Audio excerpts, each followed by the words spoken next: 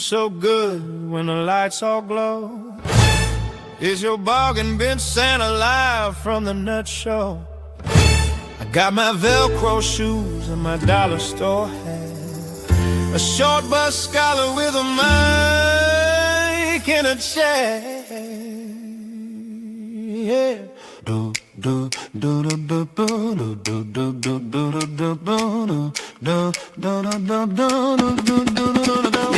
It started with a scream and a half-broke cam. Now we're decking out the chaos like a nutty telegram. You showed up anyway, don't know what went wrong. Now you're stuck in the circus singing Shizzy's song. Mine's in the trenches with a wrench in hand, yeet invites to the shadow band land. While I'm reading chord docs like a bedtime tale, y'all still here riding the soft brand slate of fail.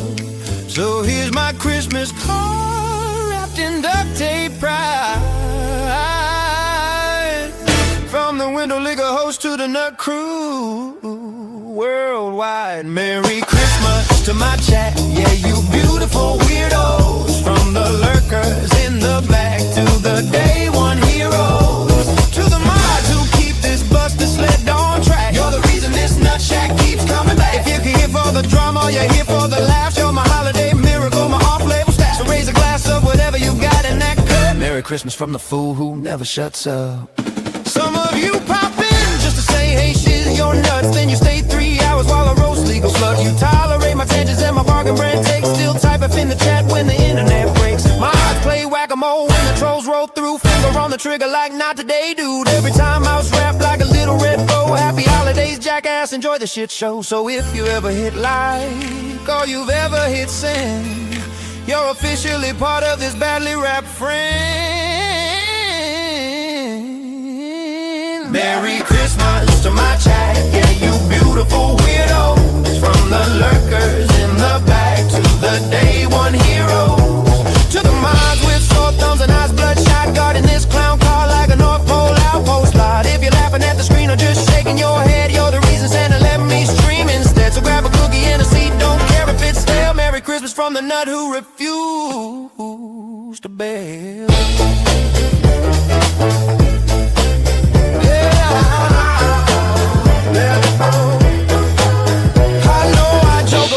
And the buzzing low gear, but you carried this channel through a wild ass year. Through the late night rants and the 10-hour runs, through receipts, bankrupt clowns, and the missing brain cells funds. If there's any kind of magic in this janky little show, it's you in the chat making this dumpster glow. Oh, so here's to the replays, the sorry came late, the ones watching quietly while folding their plate, the members, the gifters, the broke but still here. You paid in attention, that's premium cheer. And Marge my L's with the nerve of steel. You keep the sleigh upright on a ball spare wheel. When I say something spicy and the room gets hot, you're already 2 steps ahead of the plot. If I had a fancy speech, I'd still mess it up. So I'll just raise this lukewarm coffee cup. Merry Christmas. From the chaos connoisseurs to the quiet heroes, to the moms who mop up every digital fight. You're my dysfunctional, delightful Christmas light. If you laugh, face palm, or yelled at the screen, you carved in the lore of this busted machine. So from my nut shack heart to your rented device, Merry Christmas, you maniac. Thanks for being this nice. When the stream goes dark and the screen goes black, just know this nutcase is still coming back. You kept me afloat while I tripped on my shelf. Like, how did this work? Who let him stream by himself? So have a warm, loud, slightly unhinged night. May your drinks be strong and your drama stay light. And from your helmet wearing host on this Christmas delight, Merry Christmas, my people. Now go eat and go have a beautiful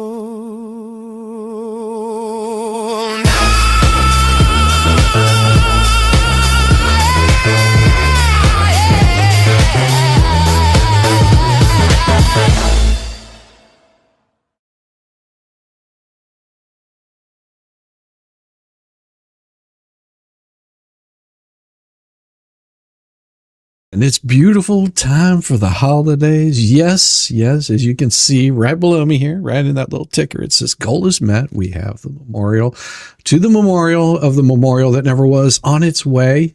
On its way. So we had to do some changing up, and I wanted just to let you guys know that we weren't able to do the giant nut one because the logistics of it were not going to happen. So I reached out to Jeremy and I said, here's the thing. I can't deliver on this, and I want to let you know that I still plan on doing something. I'm going to get and what I decided was to get a Martin house, and there was somebody in chat had mentioned that. So what I did is I got a massive Martin house and a pole for that to go up on. And the pole will be there next week, but it should be arriving today, possibly.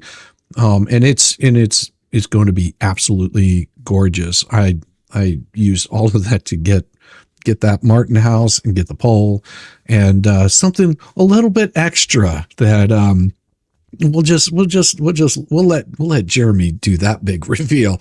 But it was so I've got that on its way.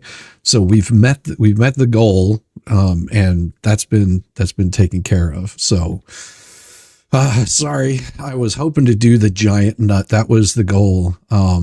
Where is it going to go? I don't know. You'll have to ask Jeremy on that, where exactly the Martin house is going to go. Usually you have to have it in a clear area because they have to have a clean line of sight, and they'll go in it. And it also keeps the starlings away, because I guess there's a big deal with starlings will sort of take over those houses, but it's supposed to keep the starlings out also.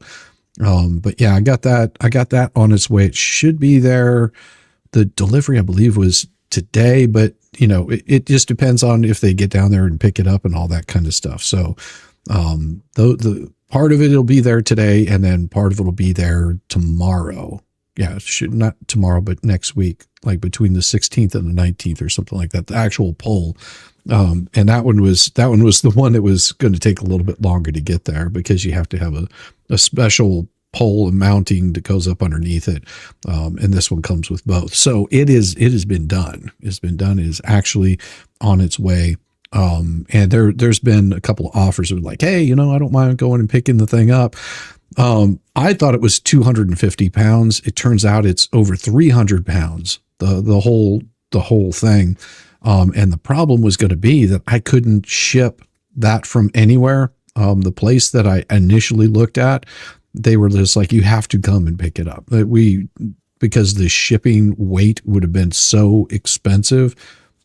We're talking in the thousands just to get this thing where it needed to be at any point in time. A special stripper pole, it could be used as a stripper pole.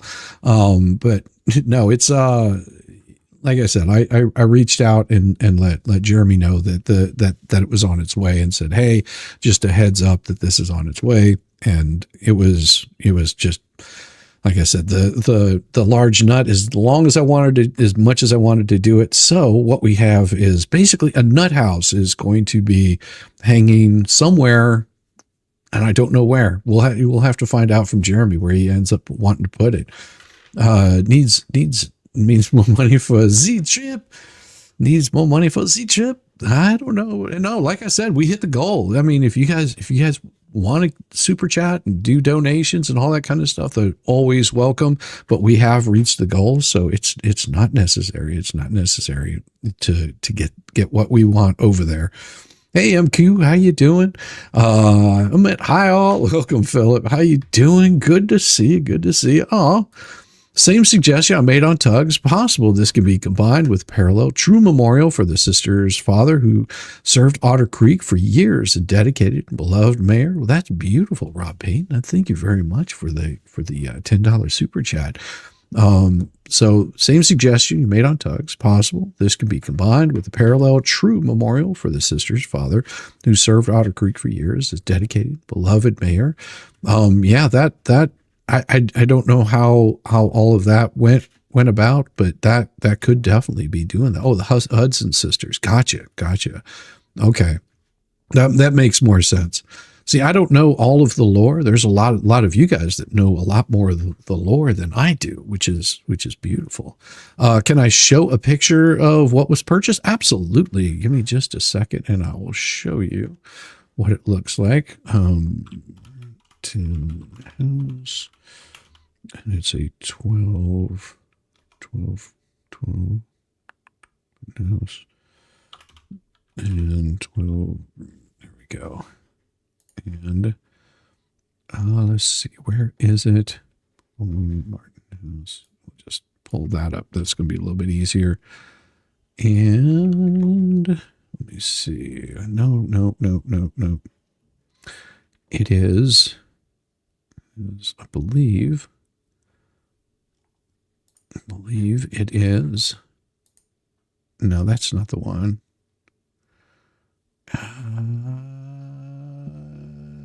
Because I kept looking for a whole bunch of different ones just to see what exactly one of these things would look like.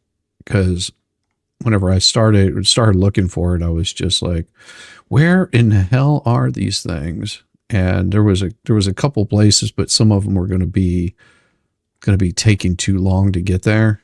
60 conventional Martin houses. Nope. Here we go. And let's pull this up right here. Let's see if we can boom this thing up. And I think, yeah, this should be it. So let me share this one instead. Close that. And I think I may be able to zoom in on this. There we go. All right, here we go. All right, so this is what it looks like right there. So you see it's got the little, I guess the entrances to it change the way that it's supposed to look. But that right there is what the Martin house looks like. So it's got that 19 by 15 and that one right there. And then we got that. And the top is supposed to come off so that way you can get inside, clean it out, all that kind of stuff. So that's a downward inside look of it right there. And then it's got like little dividers that you can put in there. And it's supposed to, you know, be easily opened and cleaned and all that kind of stuff. So yeah, that's it right there. That is the piece.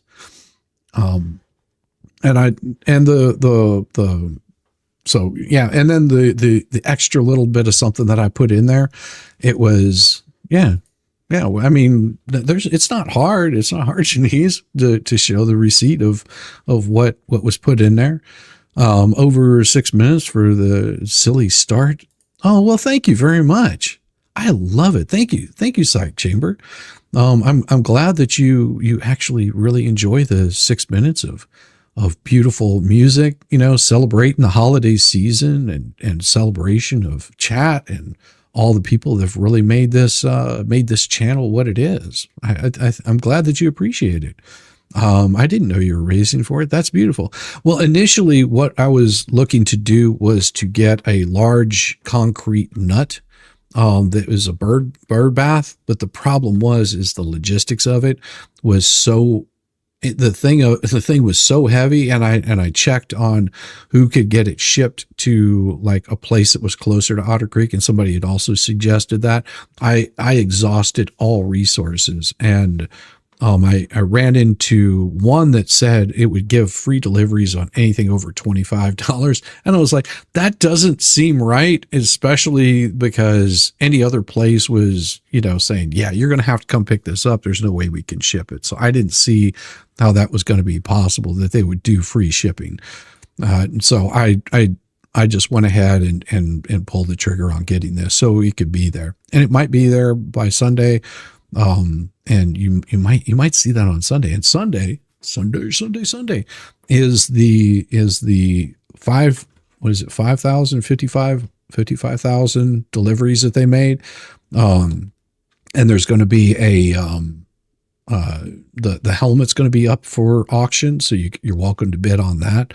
And then there's also a few other things that they're going to do. Does it have a camera? Well, you'll just have to wait and see what little gift I sent along with that. You'll just have to wait and see. Doggum. Good afternoon. Welcome, Wolfgang. How you doing? Good to see you. Good to see you. It's going to be quite interesting. And one of the reasons I'm doing a little bit of an early stream is I planned on doing a stream this evening, but because I've got prior commitments of something that's going on earlier today, I knew that I wouldn't. I mean, I still might do a stream tonight, but there's no guarantees on that. It just depends on what I get back from the event that I've got going on. Oh, thank you very much, Kate Broom. Beautiful intro. Nut House, Nutcracker Music. Mary Benchmans from Belgium. Welcome, Kate Broom. Yes. Boring color. How about some stain? Oh, I mean, that is up to the new owner of that. If they want to put stain on it, they're absolutely welcome to do that. One of the reasons that I specifically got this one is I wanted to make sure that it was made out of wood, because everything else I was looking at was made out of like plastic. I was like, I mean, I could get the classic, gourds for it, but I didn't want to have cheap plastic on there. That was one of the big things. Oh yeah, most definitely leave his AI Christmas triplets alone. Yeah, this is supposed to be a time of celebration. It's the holiday season. We should be chill, not all freaking out. I mean, we've got so many things to cover today. Hello, Debbie. Hello. Good to see you, Sunshine. Kate Broom. And so, yeah, like I said, we've hit the goal. It's on its way. Should be there today. And whenever it gets there, you might see it tomorrow. We'll see, because this thing is pretty damn sizable. I mean, we're talking 19 inches. It's all under 2 feet wide, which is longer than my legs, and it's about 15 and a quarter high. So this is a pretty good size birdhouse. And if it does like I think it will be pretty cool, because it'll patina out really nice. So, I mean, although the color is, it's not the prettiest thing that you're ever going to see, it's going to attract those marlins in there. So that'll be really cool. It's very, very good stuff. Very good stuff. Celebrate Preston's getting the boot with bringing in the new year.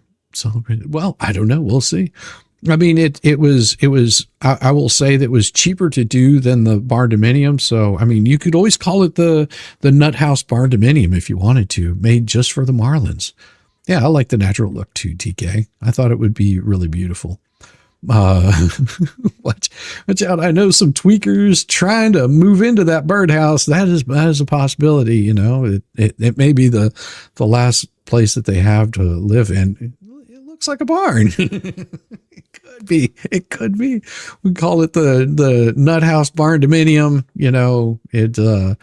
It has all the amenities that you could possibly want. It has a place for sewer. You do have to go to your own, get your own food, and they don't really cook there. Can't wait for YouTube to give us our names back. Katie Light. Sorry. Well, Katie Light. Here's the thing, Sunshine. Katie Light. There's a big possibility that will never happen. And the reason that they started putting the hats in there is because they ran into a problem where people were using other people's names. So say, for example, you would come in at Katie Light and you had, 100,000 subs or something like that.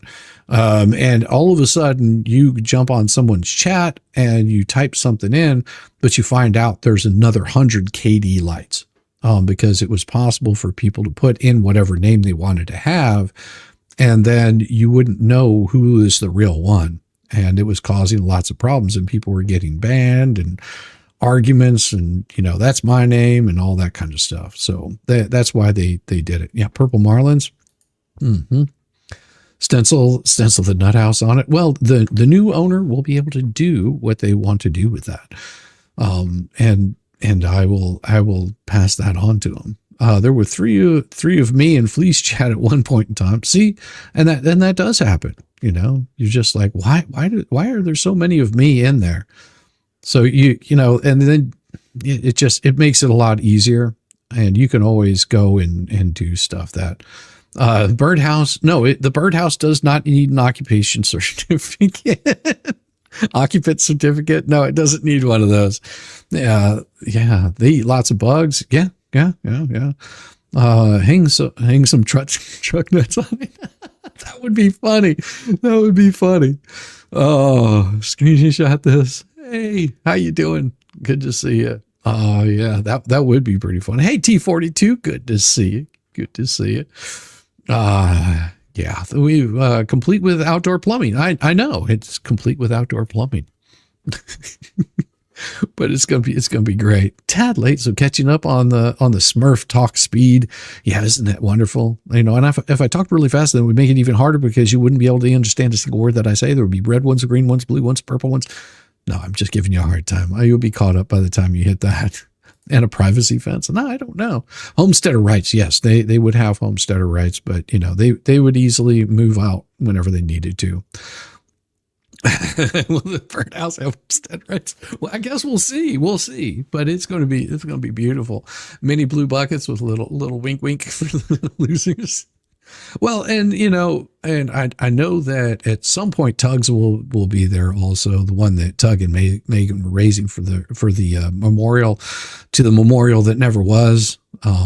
Which you know, it's a good reminder that you know, they raised so much money.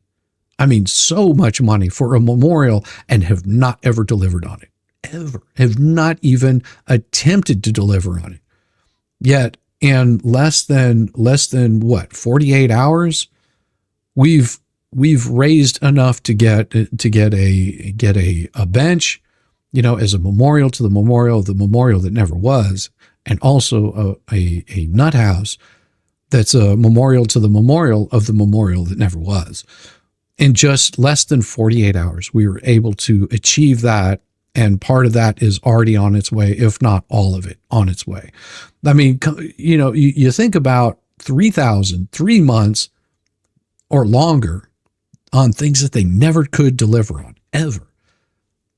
And, you know, it makes you wonder, where exactly did all that money go? You know, it makes you question what were they doing with all of that money that they were raising, that they were saying was going to go to X, Y, or Z and never went to X, Y, or Z. Where did all of this go? Sorry, cranky today. Don't worry about it. You're welcome to be cranky. We have no hate here at all. I have no hate here at all. Here the fleas were given out about the memorial that never was. Well, I see. I don't know, because like I said, I've been busy. Yeah. I see. I know that that memorial was already taken care of. Yet Jeremy can sell off pieces of the fence like the Berlin Wall. That's a possibility. Yeah, and for less than 4K. Unbelievable, inconceivable, sarcastic one. Yes, that is the thing. Listening while getting ready for work. Well, I hope you have a wonderful day at work. Well, thank you, Linda. Appreciate you. They wanted snow in Florida. I guess. I mean, there is ways to make it snow in Florida. It may not be legal. May not be legal at all. But you know, there was somebody that posted something in my chat, and I thought it was, and it was of course after a stream, but they posted this yesterday. Well, it looks like you're running out of content. I was like, no, not really. I mean, I've got tons of content. I've got about 4 or 5 different cases that I could be covering right now. But I've been paying attention really closely to what's going on in this case. And somebody reached out and has actually said, hey, there's another one that's similar to this, and it's in another state altogether. And it would be cool if you could talk about it. And I hope to talk about it at some point in time. I don't know if I'm going to be able to do that before the new year. Could probably make a custom bench for less than 4K. Yeah. I mean, that's the thing. You know, it's not hard to raise money to do something so simple as a memorial, you know, and you know, it is really difficult to conceive and understand why somebody is raising so much money and then lying to people and not delivering anything. And I mean, it's a perfect example. Once I found out delivering the large nut was not going to be able to be done, I had to change up and come up with something that would be just as beautiful, cost the same amount, get it set up, ready to go, and make it happen. And that's what I did. It's this case is the case that keeps on giving. That's right, Wise Diva. And it really does. It just constantly, the amount of shenanigans that come into all of this, it is absolutely insane. Debbie Baker, good to see you. Good to see you. It is, like I said, there was so much insanity in getting that initial piece happening as much as I wanted it to do. I had one that was telling me it was going to be anywhere between 60 and 90 days before they could even get the thing out there.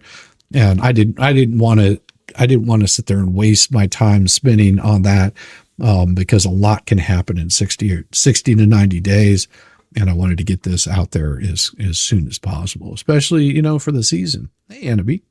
Good. Anna Abby, it's good to see you. Thank you. Thank you very much.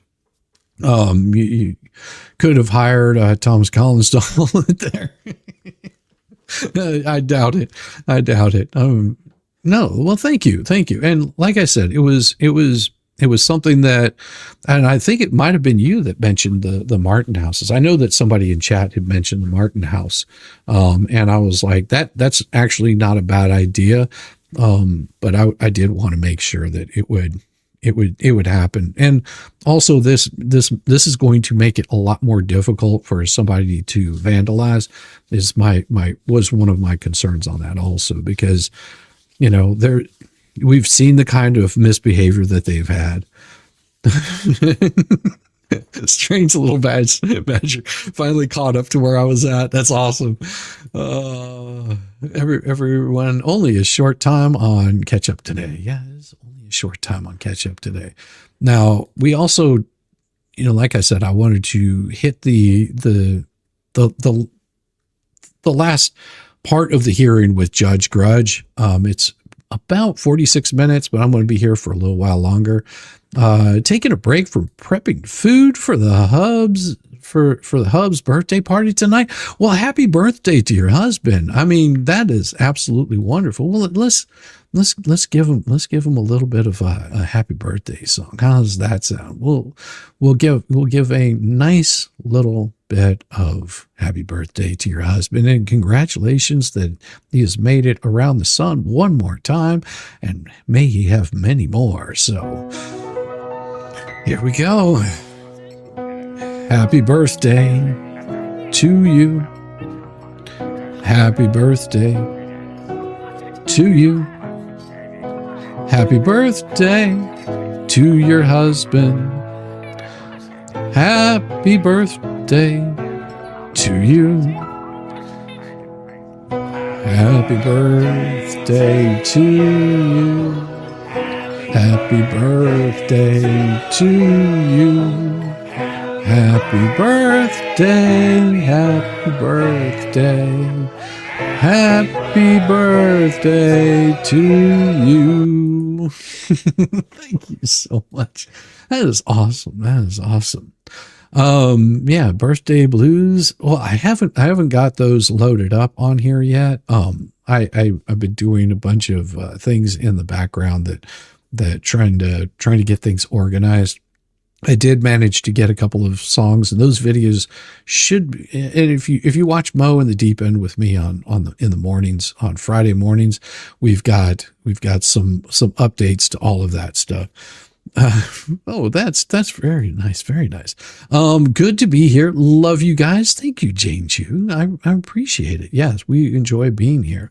For the 15 pound, I love the gesture, but I wonder if you and your audience got the main idea behind the fundraiser. Tug and Main started. It's a fundraiser with Flea's rules. Cheap bench, leftovers gets pocketed.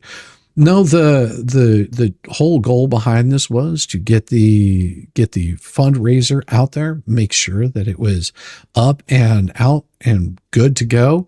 That is not a cheap piece of equipment at all. It is a massive piece. And I let everybody know that's what that money was going to be going for. And don't believe in doing Flea's rules because as of yet, there was nothing that they built or put together, or organized, or sent, or even did, except for pocket all of that money. No memorial, that means that the money's been pocketed. You know, they've yet to deliver. So if you're wondering what exactly happened with that, there you go. Definitely not the Flea's rules. And I think Jeremy made, or not Jeremy, but Tug made it very clear. Tug had made it very clear that they were getting exactly what they said they were going to be getting, that Jeremy was going to make it happen, that he was going to go pick up that piece. Anything above and beyond, you're welcome to donate. And that's why I've got it right there. The goal has been met. Anything above and beyond that, it is to support the channel. So there you go. I don't see anything. If people have issue with that, then sorry, but that's how it goes. Thank you. He was like, what the F? I thought the guy who does welcome to the show. I laughed my ass off and said thanks all. Oh, definitely, Sean. Tug, they show receipts of where the money went. Tug, Megan, they show receipts of the money went. I guess. I mean, I don't know. I just thought it was a great idea. Almost a year. What's the difference between roast beef and pea soup? Everyone can roast beef. Thank you, Rosilla. I appreciate it. Thank you for being here for 11 months. Tug and Megan said the same thing. Anything above and beyond was for channel support. Right. Yeah, I don't see anything wrong with that. Like I said, the fleas never actually delivered on anything that they planned on doing. No, and I also made it clear that I was going to do whatever I possibly could with, getting the best of the best that I possibly could, and anything beyond that you're welcome to support the channel. Yeah. Yeah, no, why would anybody be deceptive of it? That made no sense to me. That's why I wanted to be very clear that the Martin house is what I ended up having to do, because I didn't want to not provide at least something. That was the main part about it. I do not want to sit there and say, "Hey, we got it. This is great," and then it never shows up. And 60 to 90 days, I don't think would have been appropriate to have people sitting there waiting. Oh, why hasn't it shown up? Why hasn't it shown up? Why hasn't it shown up? The donors on the fleas should be happy that a bench will be coming. Exactly. And it wasn't provided by the fleas. Absolutely not. All right, let's get on to this right here. This is going to be court hearing number 4 with Judge Grudge, and it is just as insane as the rest of it.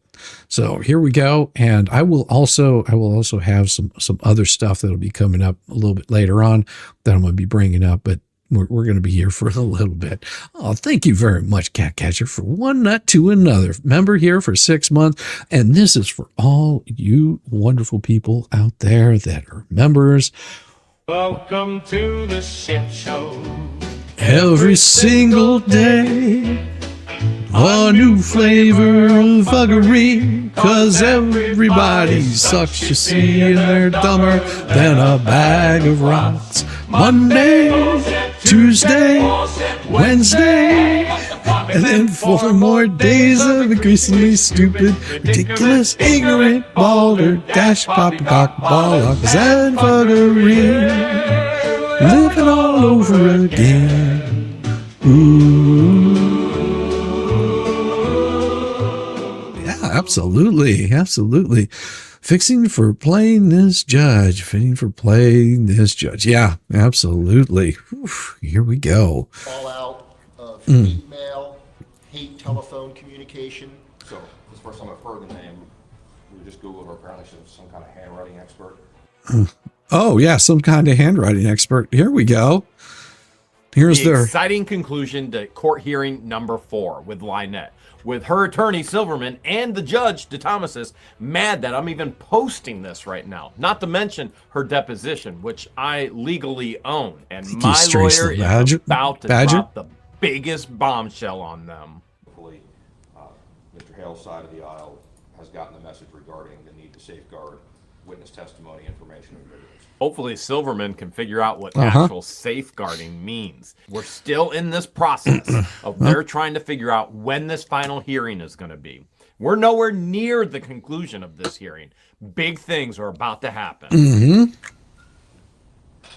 I can make the first work by moving things around. It's really weird. If someone doesn't go to the doctor very much, I actually have an appointment, which it's not life-threatening. I'll just change it. I'm more inclined to do the February 9 if you could.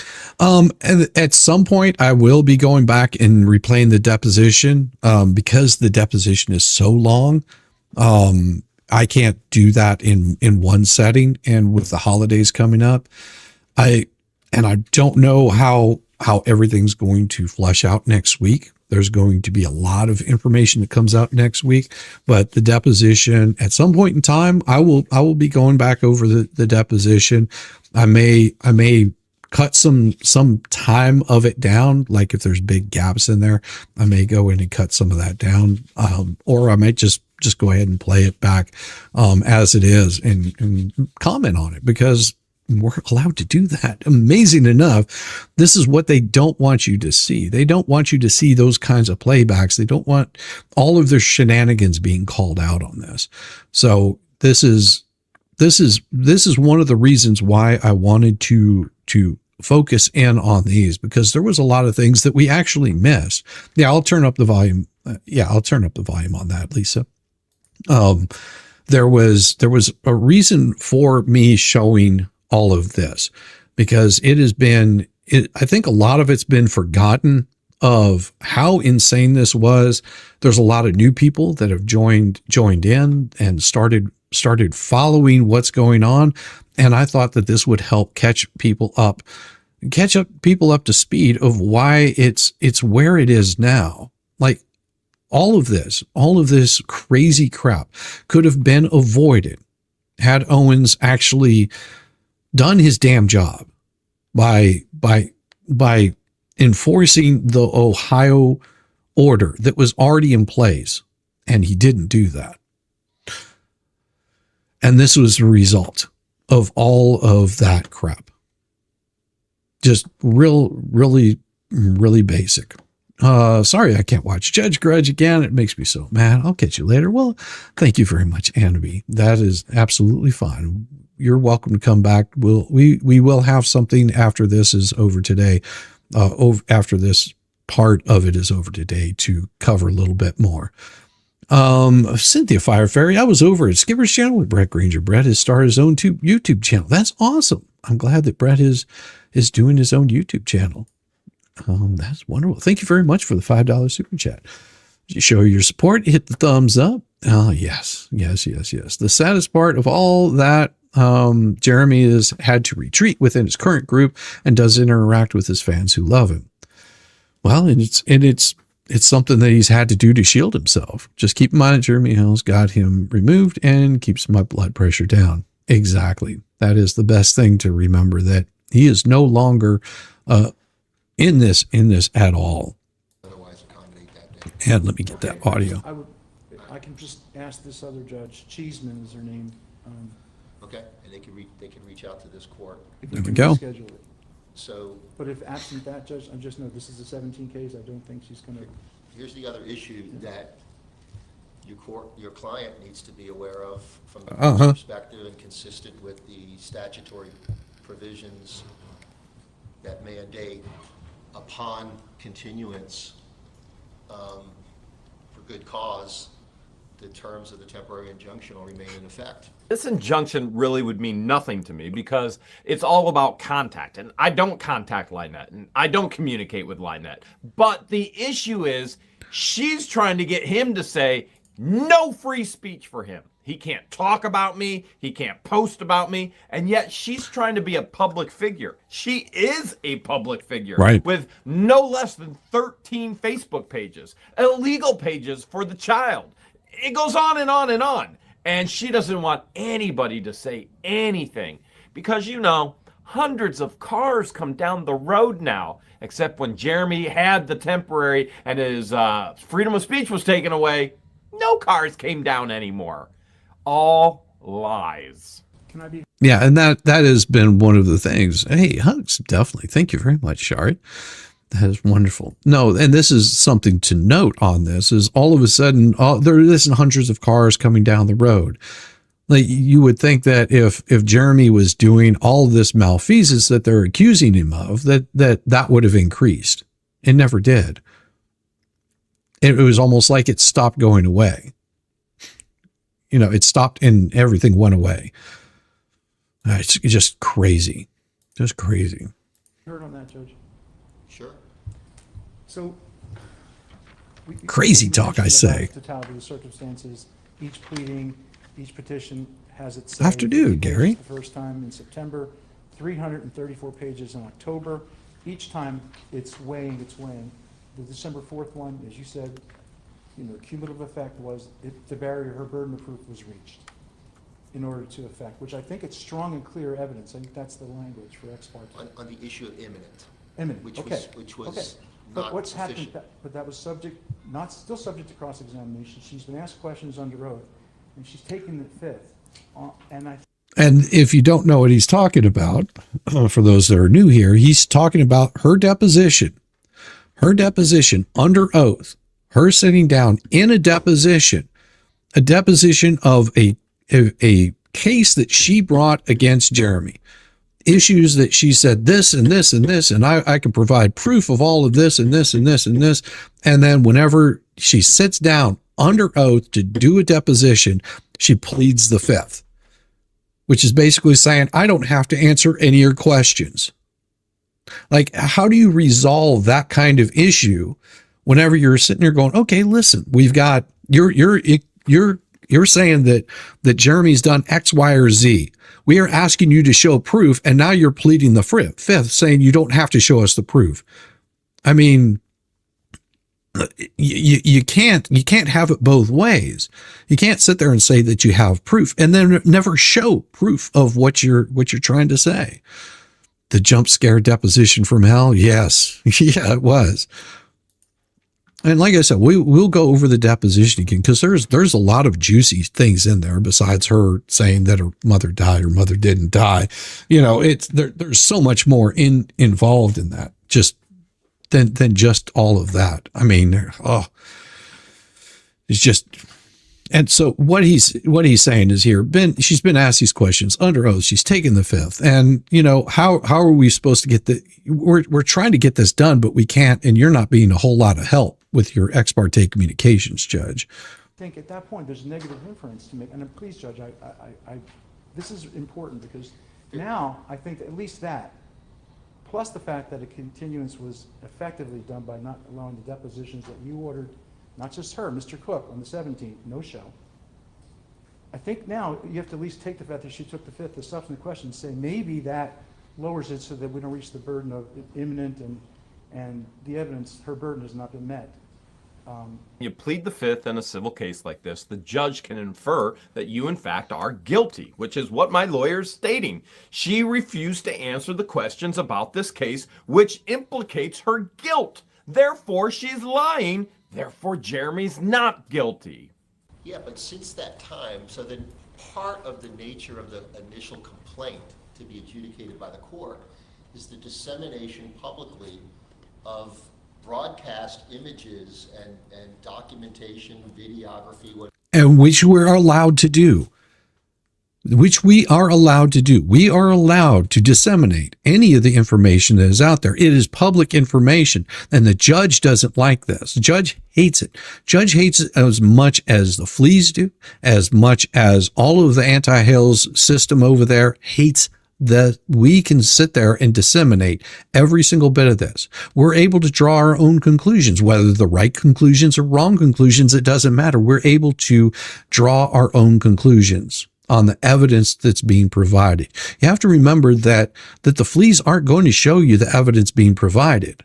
They're going to show you the things that are happening that bear no relevance on this case whatsoever. It's like this. Somebody reached out to me and said, "Well, why aren't you showing this? Why aren't you showing this about Jeremy?" Because this has nothing to do with this case. It has nothing whatsoever to do with this case at all. Never has been.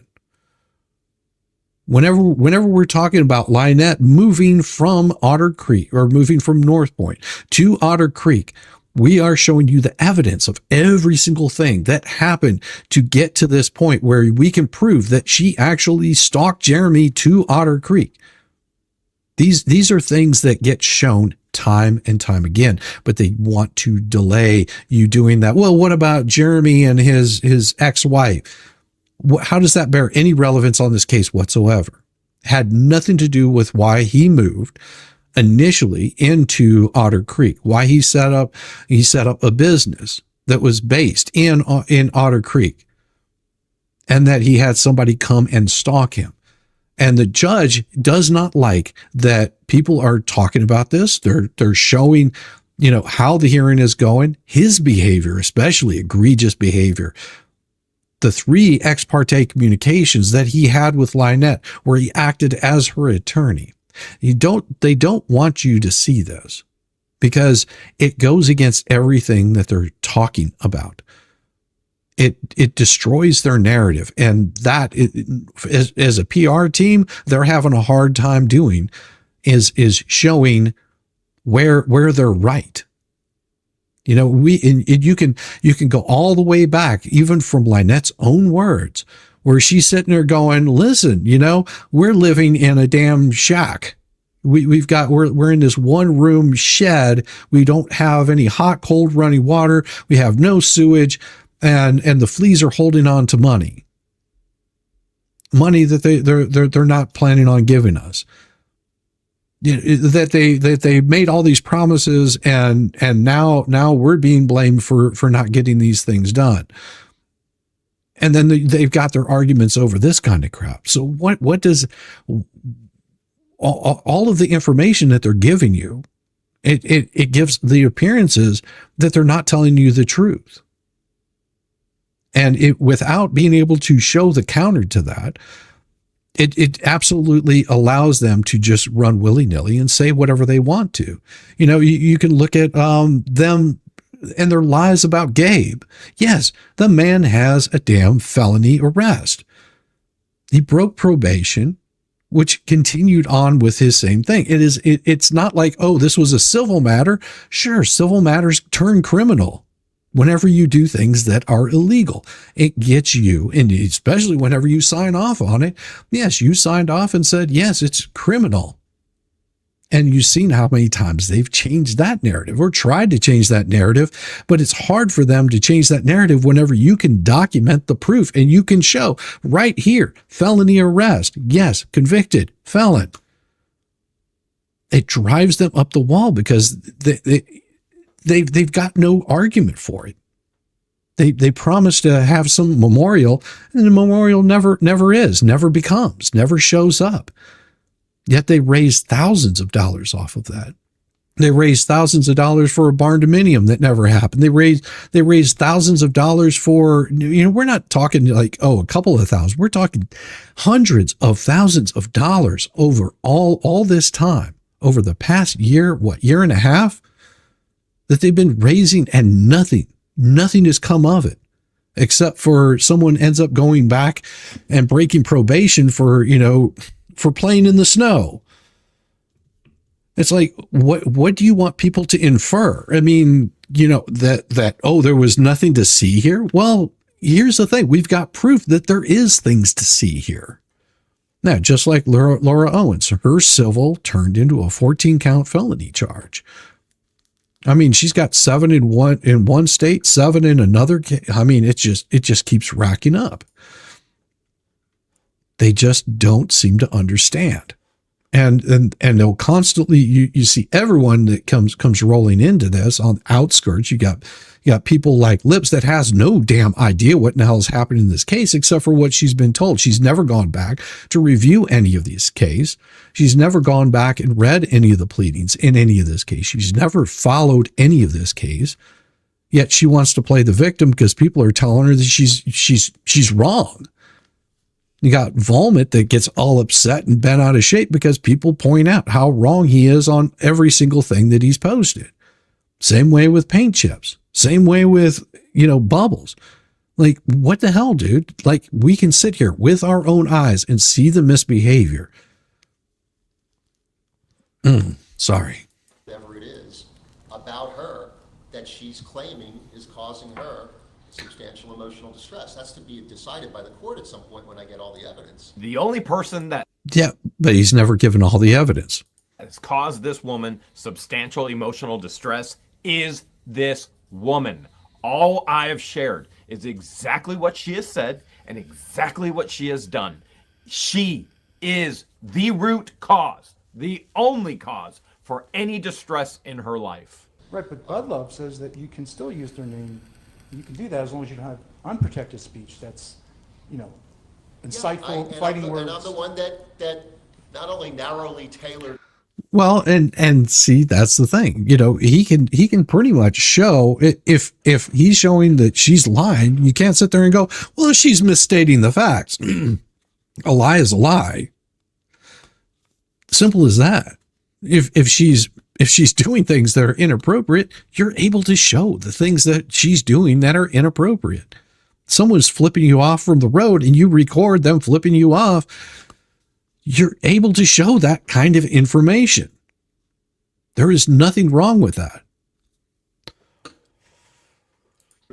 Before the Bud Love decision, the court then, in conformity with that decision, modified it again for your client's benefit in conformity with the law. No. How can this man sit there on that seat, behind that bench, and say that he did something for my benefit? He did He nothing. took away my legal right. And then he says, with conformity to the law. In other words, what he initially did was broke the law.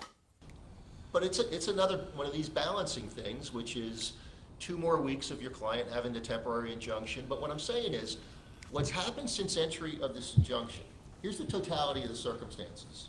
Oh, and that was another thing that they raised money for. They raised money for a handwriting expert. Raised money for a handwriting expert. Oh, we have the proof. No proof has ever been shown. None whatsoever. Oh, we're going to show it in court. You had your opportunity. Discovery was requested and they never provided discovery. Instead, what did they do? They raised more money for an attorney. An attorney that was supposed to handle all of these cases. They were supposed to handle the state cases, what was going on in Ohio. They had all of these plans.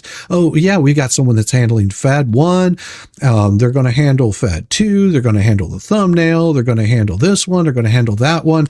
And what did they do? They hired one attorney that completely screwed up every damn bit of the beginning of that case and just to put a stay on it. And then whenever he screwed up, he wanted to blame everybody else. Well, it was my fault because I lost my ability to file over what? Over you providing your account to somebody else that filed on using your logins, your credentials, things that you're not supposed to do is why you lost it. So you were doing things that were misbehaving. Misbehaving is what took that ability to file that in. You still could have gone down there, handed it in, signed off on it. You didn't have to do it digitally. You could have gone down to the courthouse and done that. So he failed on so many aspects, and they told him that he could do that. I mean, the amount of shenanigans that they've done to delay to prolong litigation. All of that is on them.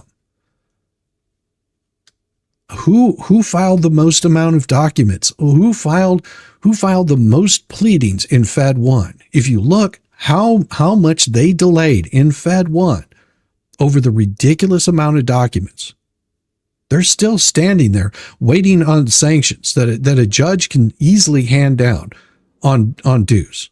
The only person that got sanctioned was Randy, because he was the one that actually showed up like he was supposed to.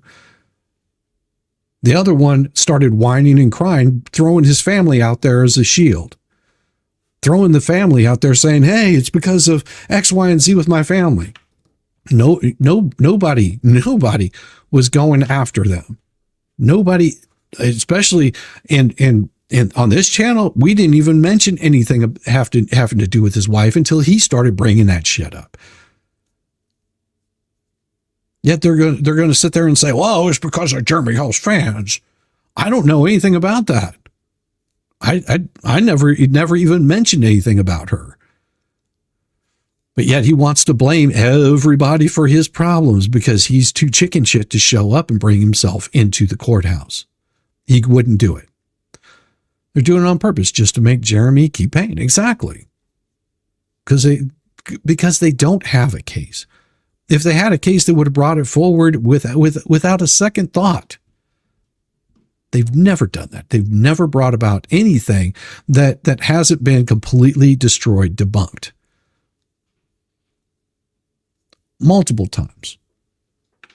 They've never provided the evidence that they keep saying is there. We got all this evidence. Yeah, you show your evidence. Show the receipts. Show the receipts on your memorial that you supposedly were, raised all this money to get. It's probably getting close that time where they're going to have to do another fundraiser so they can raise more money for another memorial that's never going to surface. Or are they going to raise money for legal fees? It's going to it's nonstop grift. Hey, thank you very much. Shizzy, good afternoon. Have a superior, wonderful day. Hugs and loves. Thank you very much, Orty. Thank you very much. Demunk is what I just flushed. Exactly. Okay. Yeah. It's that's the thing. And I was talking with somebody, earlier today, and I'm trying to think of the best way to put this.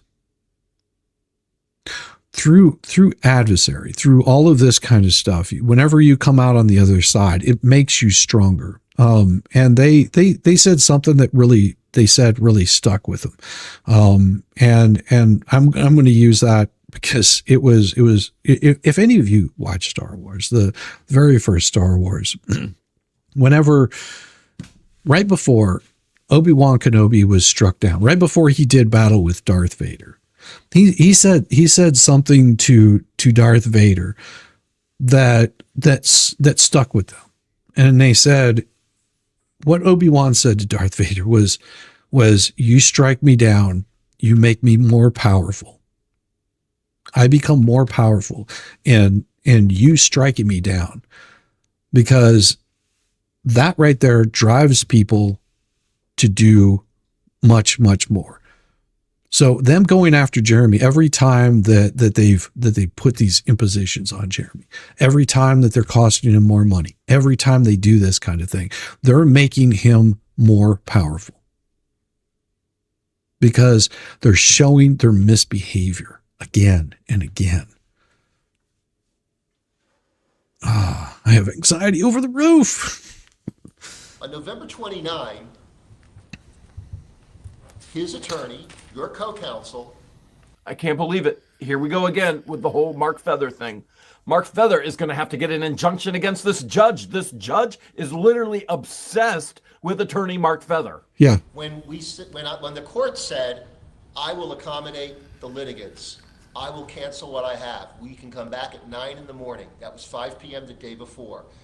Your co-counsel said the following, quote, this was at 11 This is on 11/29 at 4:53 and 15 seconds to 4:53 and 47 seconds. Oh, and he's going to misquote exactly what was said on this.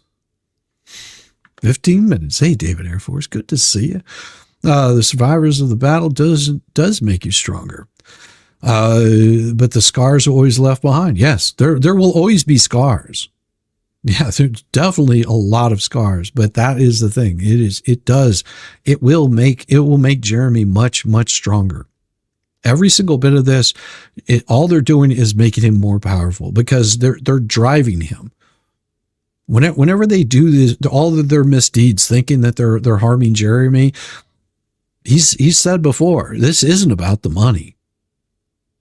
It isn't about the money. This is about making sure that this kind of crap doesn't happen to anybody else again. Like they are building their own destruction. That's all they're doing. They're leaving a wake of destruction in every single thing that they do. They've gone out, and these people have gone out and intentionally tried to destroy lives.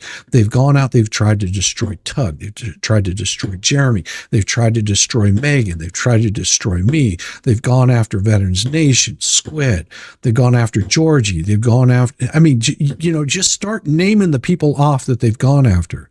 They've gone after Shara, which used to support what they were doing until she found out what the truth was. The amount of damage that the wake of damage that they leave behind in this, and they don't care. They've shown it time and time again that they just don't care. These people are destroyers of everything. In my opinion, that all they're doing is making everyone stronger. Oh, very much. Debbie Baker, so good to see you, love. And thank you for the 5 gifted memberships. And welcome. Welcome to the shit show. Oh, yes. Every single day, a new flavor of buggery. 'Cause everybody sucks, you see, and they're dumber than a bag of rocks. Monday, Tuesday, Wednesday, and then more days of increasingly stupid, ridiculous, ignorant, balderdash, poppycock, ballugs, and fuggery.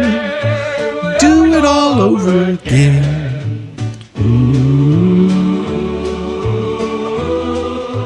Ah, yes. And for the lovely gift of membership, thank you very much, Susan. Yes, if they would have minded their own business, they would have never been known.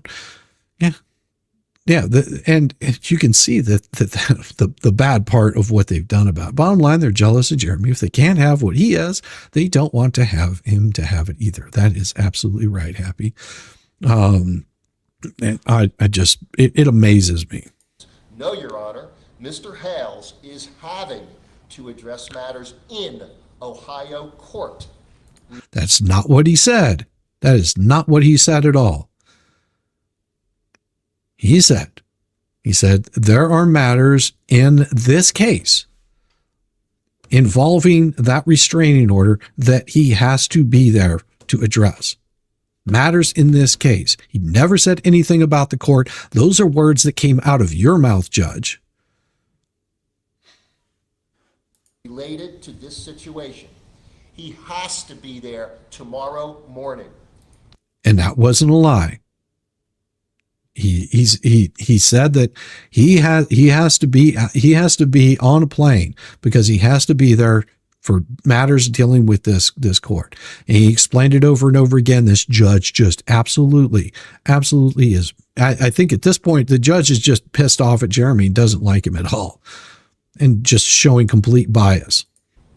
Yep, and I had a flight the next morning, and I went and dealt with things with the Ohio courts. Nobody said there was a hearing. Now, I understand everything was going quick, and everybody was a little on edge, especially the judge. But as my attorney, Feather, is turning to me and saying, how's that look on your schedule? I'm like, I got a flight tomorrow. I got to go home and deal with this stuff with the Ohio court stuff. Nobody said hearing. Nobody ever said hearing. That's what was represented. That's what gained your client a continuance. That was a misrepresentation because on 12/6, at 1:33 and 49 seconds through 1:43 and 45 seconds, current counsel, Mr. Shockett, yourself, and questioning of Mr. Hales on a compliance issue, established that he did not have a court appearance the following morning. And he never said that he had a court appearance. Never said he had a court appearance. That in fact he went to Ohio to sign documents 2 days later in his lawyer's office. That's the first continuance gained on misrepresentations to this court and less than candid representation. No, your misunderstanding of what was stated. Your misunderstanding is what caused all of this. Pay the fuck attention, Judge. Then, 12-1, 556, respondent's second motion to continue by Mr. Feather, which was inadequately pled, was filed at the last minute, did nothing to establish that it was something that arose between him agreeing to the date of 12-6 and the date that he filed this second motion to continue on 12-1. I'm really tired of the judge misrepresenting things in court. Nobody agreed. My attorney's back was turned to the judge, and he's talking to me about the actual scheduling, and then the judge adjourns. Good thing we have video. That's the best part of all of this. We can flash back. And that has been the same thing every single time. Being able to go back and show it. And this is why Jeremy records everything that's going on in this. There's a reason why that he wants to make sure that whenever a judge is misspeaking and saying things that's not true whatsoever, whenever Lynette says something, every misdeed, every misstep, every mistake, and you've seen it time and time again, misrepresenting things that actually didn't happen. We're not going to have it tomorrow because of Mr. Hale's. I have other commitments Calendar. as well, Your Honor. Judge Okay, Ross. so your calendar and his calendar take priority over the court calendar. We'll be back here Wednesday, December 6th at 1 p.m. Right there. See? Right there. He's turned around. He's talking to Jeremy. The judge makes a decision and then adjourns.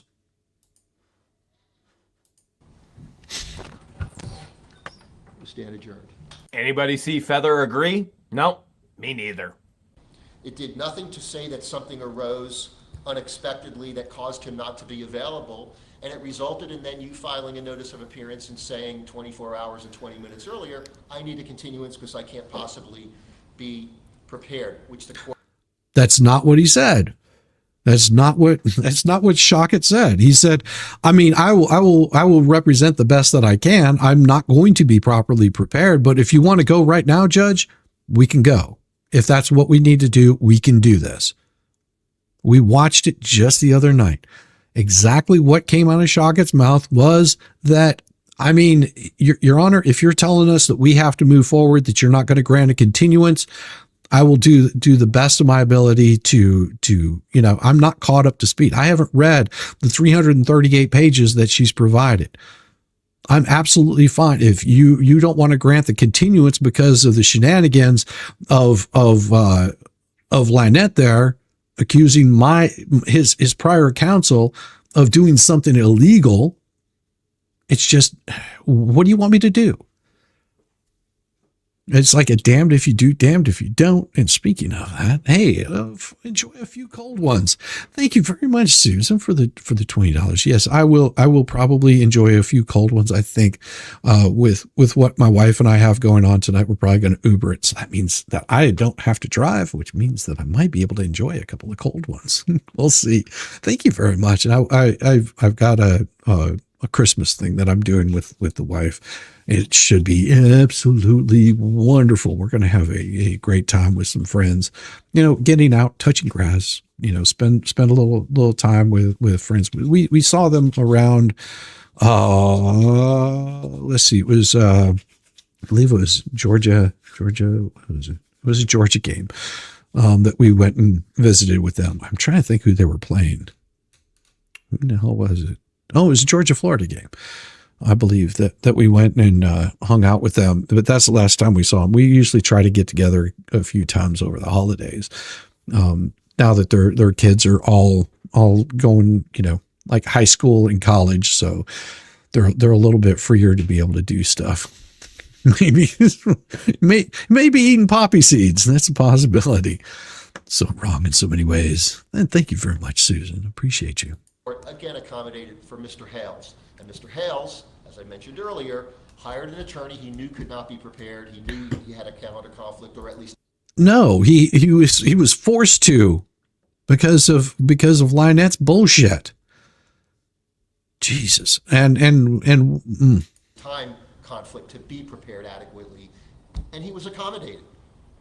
I've got no regrets about that decision. It's in conformity with the law and the circumstances. But the so why are you bitching now? Why, here's the thing. If you agree to it, then why are you bitching about it now? Good Lord. circumstances then included on 12/5, third motion to continue of the respondent. I think that's mine, Judge. That was yours. Okay, that was right. So they Oh yeah. It was Randy that basically, that's mine. That had nothing to do with the respondent. They were like 3 days apart. We heard it on the same day. One I resolved outside the presence of a hearing, which was Feather's motion. Yours we did at subsequent hearing. The fourth motion to continue was the January 4. As I said before, in hindsight, the court felt it was error to allow that, as effectively we were midway through trial.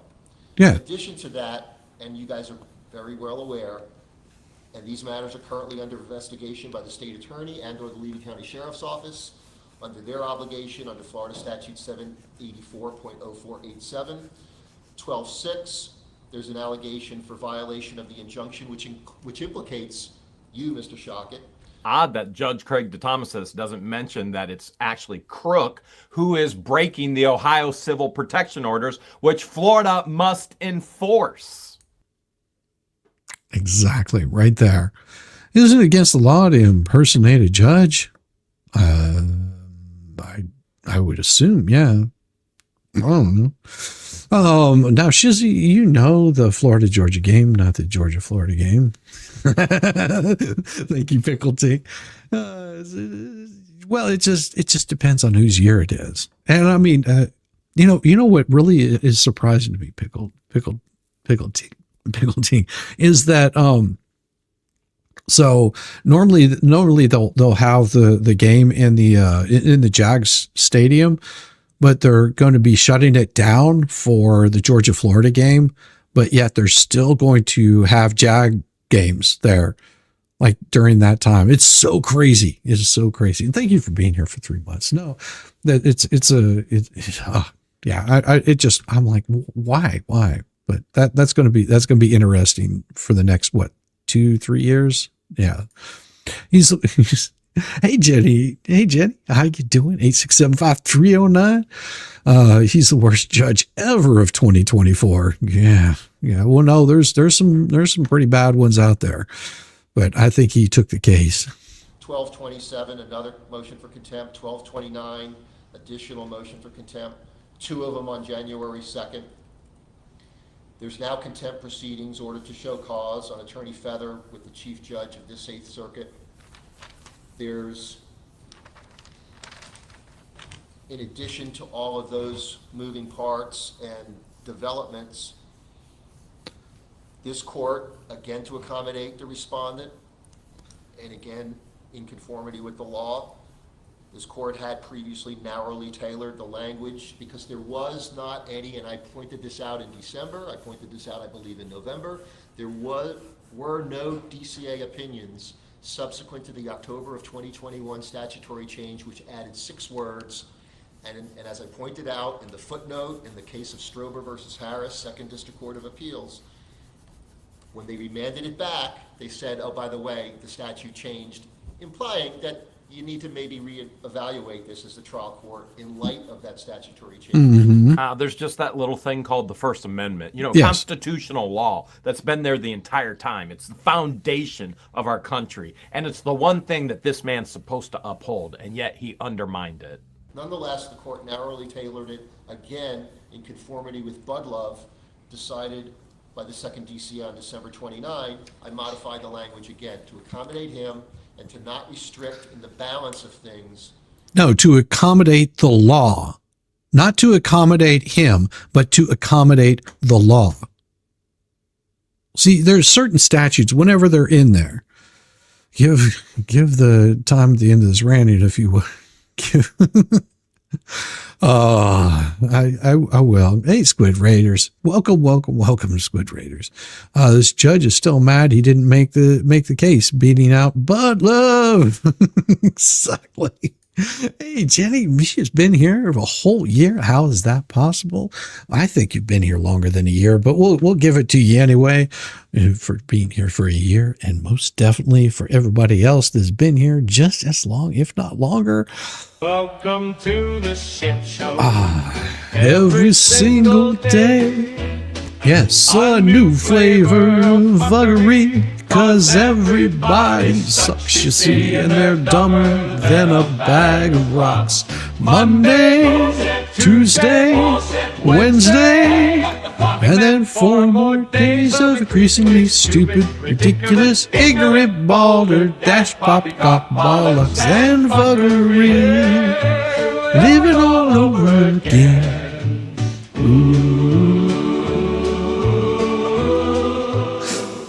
Yes, time does fly by whenever you're having fun. His First Amendment. Welcome, Squid Raiders. Since then, we now have the posting of unredacted court proceedings from November 29 and 12/6 in violation of Supreme Court orders and this Chief Judge's order. We now learn today, this court now learns today, that there's also been publication and broadcast of a video deposition that was not taken in conformity with 12.310B4 and which has now been disseminated to the public. Yep. The consequences to the court include fallout of hate mail, hate telephone communication. Nobody said this judge had to get into the position of a judge. He ran for judge. That's what he wanted. He's a public figure, and as such, he is subject to criticism. How would he like to have my life? I literally get death threats every single day. Some of them from my neighbors. Yeah, judge is upset because people criticize his behavior, because they criticize everybody else's behavior in this. You know, that's what they seem to misunderstand is we've criticized Jeremy here on this channel for things that didn't look too well. Whether Jeremy agrees with it or not, he's welcome to. We don't sit there and back every single thing that he's done. Hell, we've questioned some of the things he's done. We've questioned some of the stuff that Shockett's done.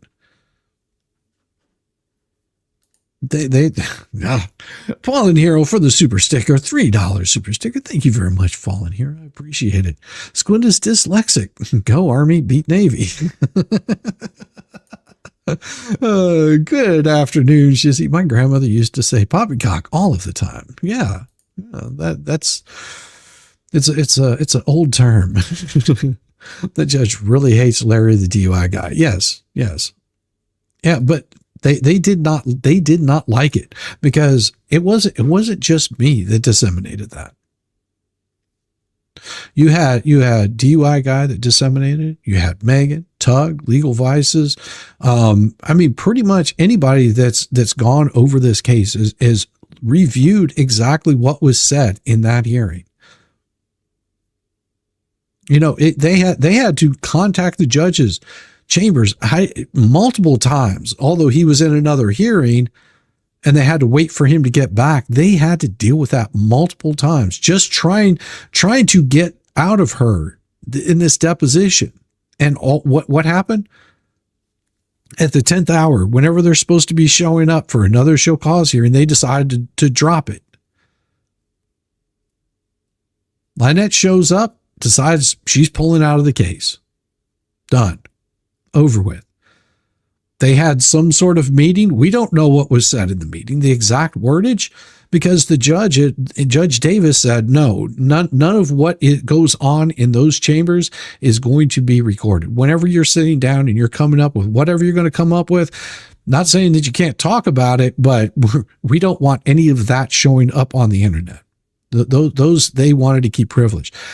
No time did the judge say you can't talk about this at all. You can't talk about that there was a hearing. That's not what the judge said. The judge was very specific. What goes on in that chamber between the two attorneys, whatever deal that they're making, it's not going to be recorded.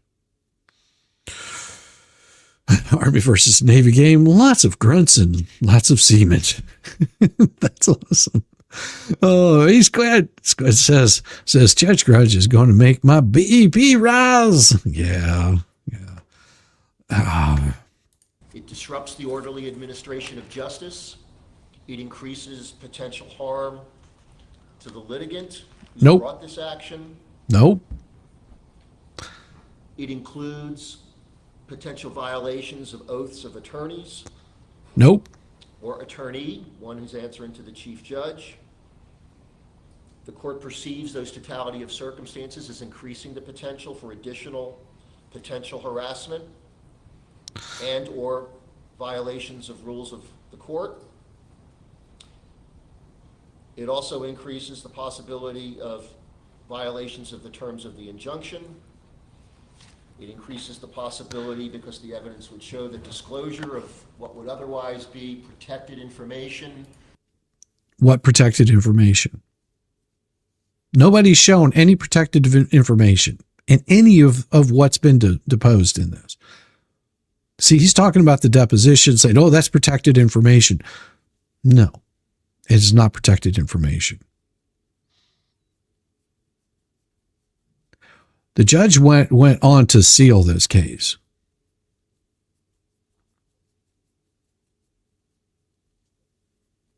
Yeah, he had already decided this case before with the 3 ex parte communications that he had with Lynette. He had already decided this case. He already knew that he was going to grant her whatever he needed to. He just needed to make sure that he backed it up with the law. But love, the judge just admitted his intentions all along, and his mission was to set law. Based upon that, Jeremy wound up paying the price, and he still is. Exactly.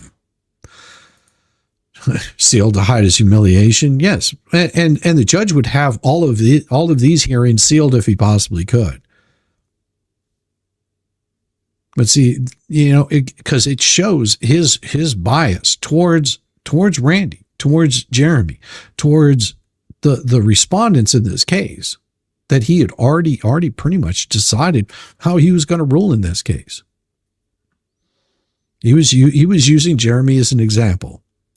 That should have gone through a redaction process, and in the case of the video depot, should have been in conformity with the rules on posting or filing with the court and noticing it in the first place. And what appears to be a continuation of the behavior and arguably increased behavior that is troubling to this court. Wrap your mind around this. This is exactly what Lynette wanted. She wanted her day in court, which is now months. So she comes in, she stalks to Otter Creek, she makes hate pages, she attacks all the residents, all of them. There's not anybody that I think has come out unscathed from all of this. And then she cries, victim, victim, victim, when she's actually exposed. The truth is told, the truth is shown, and she's the victim. And then Judge DeThomasis gives her the day in court. What does he think's going to happen when somebody who video logs or vlogs their life, what do you think? It's just going to stop? Freedom of speech, freedom of press. This is the news story of my life. There's enhancement. Of course, it's been going on for 4 months. I didn't make this happen to me. He and she made this happen to me. This matter needs to proceed to be resolved on February 9 with the temporary terms of the injunction as previously modified. Needs to remain in effect. It's the only way to assure, and again, I'm not insensitive to the fact that it's 2 more weeks, Mr. Hales, but... Oh, and it goes even longer than that, because it wasn't until the end of February that she dropped the case. It wasn't until the end of February that this case was finally over. That Jeremy got all his rights back. It wasn't until the end of that.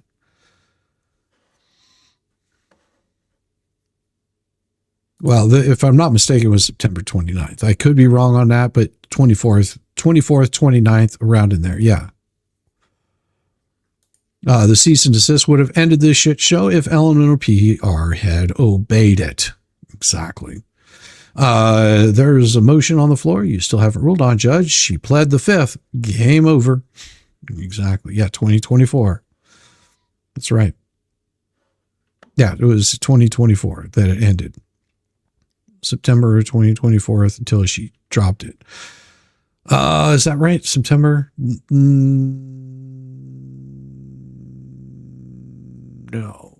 No, because there was a lot of other things they had to deal with. Like the final order, I believe, was on the 29th of February. And then in March, Jeremy filed the lawsuit against her for defamation, business interference, tortious interference, all that. That happened in March. Like it was really damn close. In conformity with this court's obligation under the law and based on the totality of those circumstances, and there are more, there were 3 full hearings, if not 4 or 5 different court proceedings, where all of it is outlined, as well as what's filed within the court record. Temporary terms of the injunction will remain in effect, as I said, as modified and issued on January 4, 2024. I hope you understand this isn't a battle against an injunction. An injunction on me means nothing. An injunction on me means I can't contact Lynette. I've blocked her on everything months and months and months before. I don't want any contact with her. I don't want her contacting me, which is why we have civil protection orders on her, except they've threatened our lives. We've done nothing but exposed and shared the truth. You don't want to be a part of the program? Don't try and put yourself in my life. She goes on and she goes on and attacks everybody on Facebook groups, the entire town. Nobody's safe from her. Except finally she has shut that pathetic, horrific mouth. $7,000. Man, if I would have known $7,000 for a lawyer would have made her shut up, I would have given her that from the beginning instead of paying over $80,000 on lawyers right now. Nah, I wouldn't have given her anything. So I direct the clerk to prepare an amended, a third extended temporary injunction for protection against stalking with the addendum previously made part of that order, which was page 5 of the 7 pages issued on January 4. Mr. Hales, you're directed to comply with the terms of that injunction. Well, and it wasn't all about innocent. It wasn't all about innocence. She did not want to provide the information that was available. See, it was accusations she was making against Jeremy. And whenever she was asked to provide the proof of this, she started saying, I plead the fifth. Like, I'm not going to answer that question. And which Randy's like, that's not how this works. So whoever's telling you this bullshit, that's not how this works. Yeah. Legal vices. February 9 will adjudicate the merits of the case. With respect to the request for additional depositions, based on the totality of the circumstances, the request to depose or further depose the petitioner is denied. With respect to the deposition of Mr. Cook, who is not under the control, at least there's no evidence is under the control of Ms. Preston, is just a witness, certainly available to both parties upon proper subpoena and process to serve him with subpoena for deposition. I think you mean Mr. Cook. Mr. Cook? Yeah. Did I say Cook? You said Preston. I'm sorry. You mean John? Mr. Cook. John Cook. Okay. That deposition Again, if it's taken in conformity with the rules of scheduling a deposition, It was. deposition, noticing a deposition, subpoena for deposition, if it's in conformity with the rules, may take place and needs to be concluded by February 2. Likewise, and I'll build an exception for that. I'm going to leave it to counsel, but by February. Yeah, LOB took the depo as an attack on her rather than understand the depo was her way of presenting her evidence. Pleading the fifth made this moot. Yeah, it'd be moot, M-O-O-T, not mute. Randy, what was that? Put in there. Randy wasn't the attorney on his hit list. Yeah, he had a few people on his hit list. I think she was looking at Jeremy the 8th when she moved there. I mean, she was interested in getting in there, trying to get that money. Lynette cried the 5th as many times as Crook objected for no reasons. No, I understood what you meant. That's why I said moot. February 2. Likewise, the deposition requested by petitioner's counsel of the respondent needs to be concluded by February 2. As to the Cook deposition,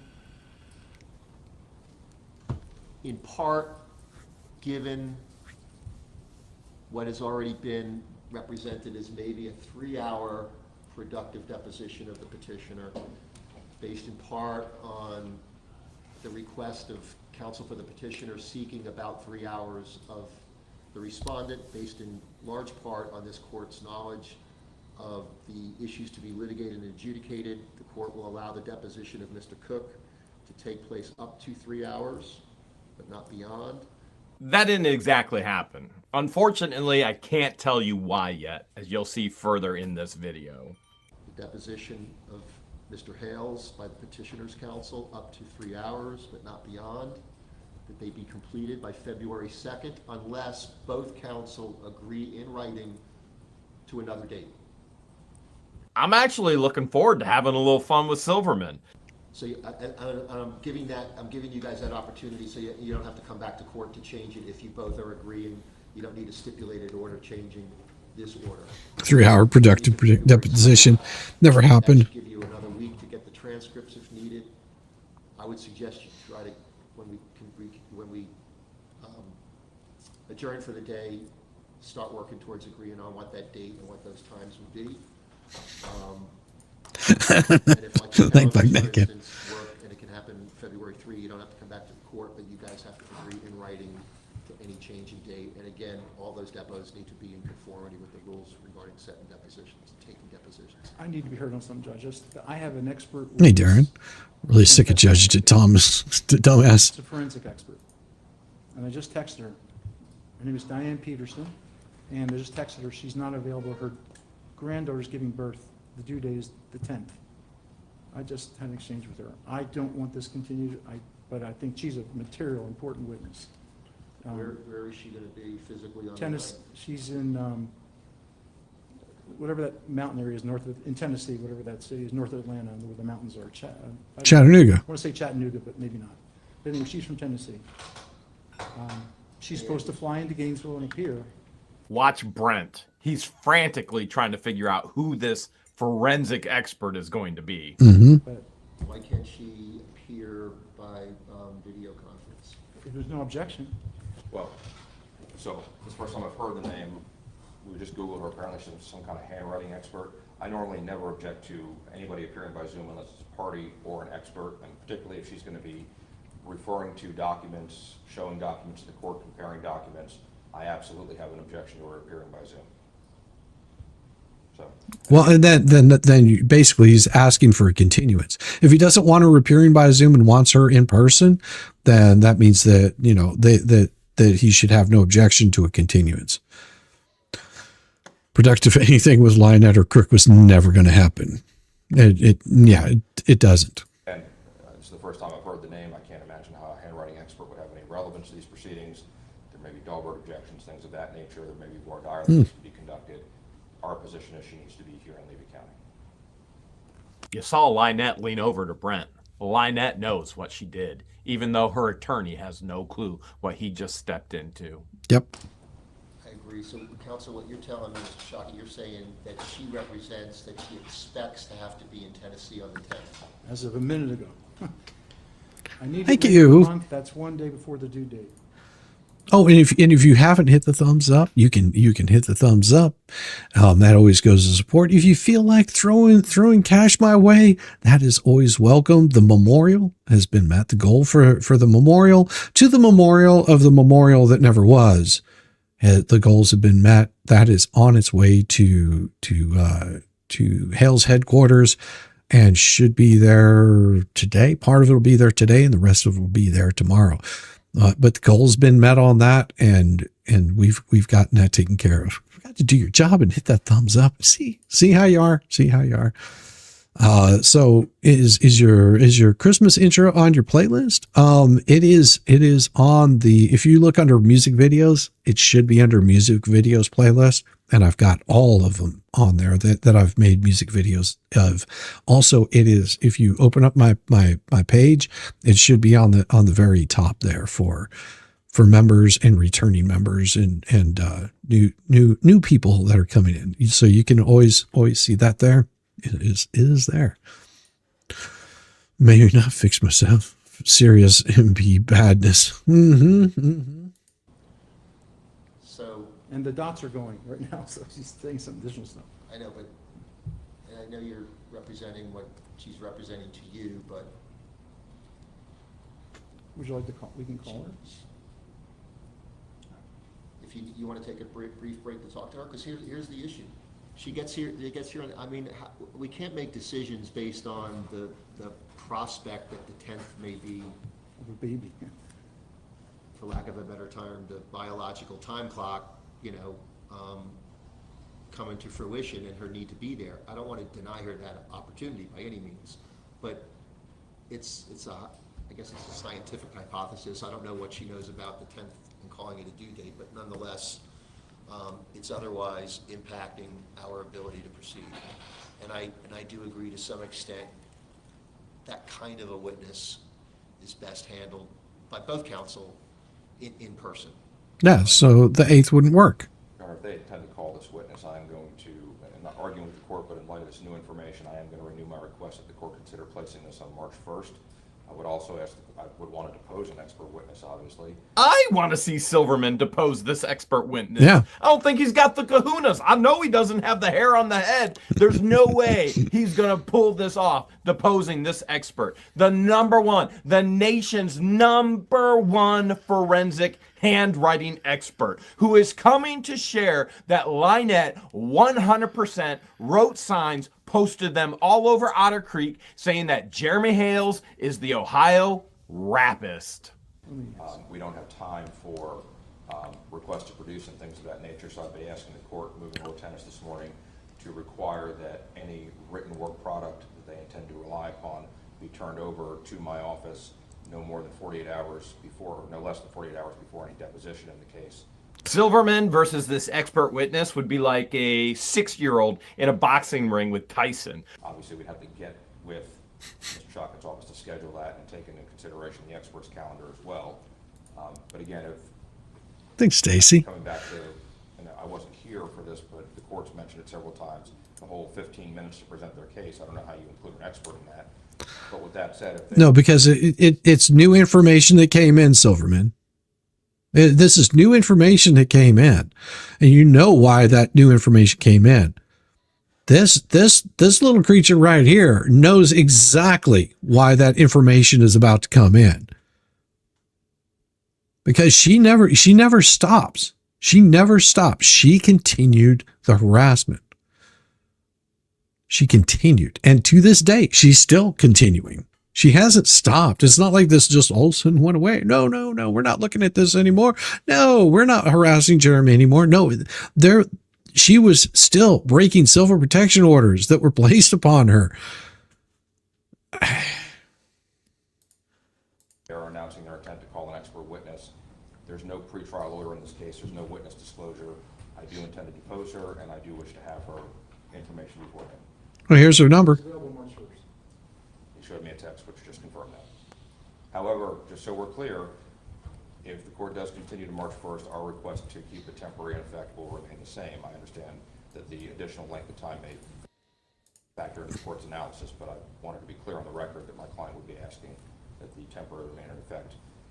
And I think for all the reasons the court has recited, which I think essentially comes down to unclean hands on the part of Mr. Hales and counsel, not counsel, Mr. Hales, as to how they've handled this process.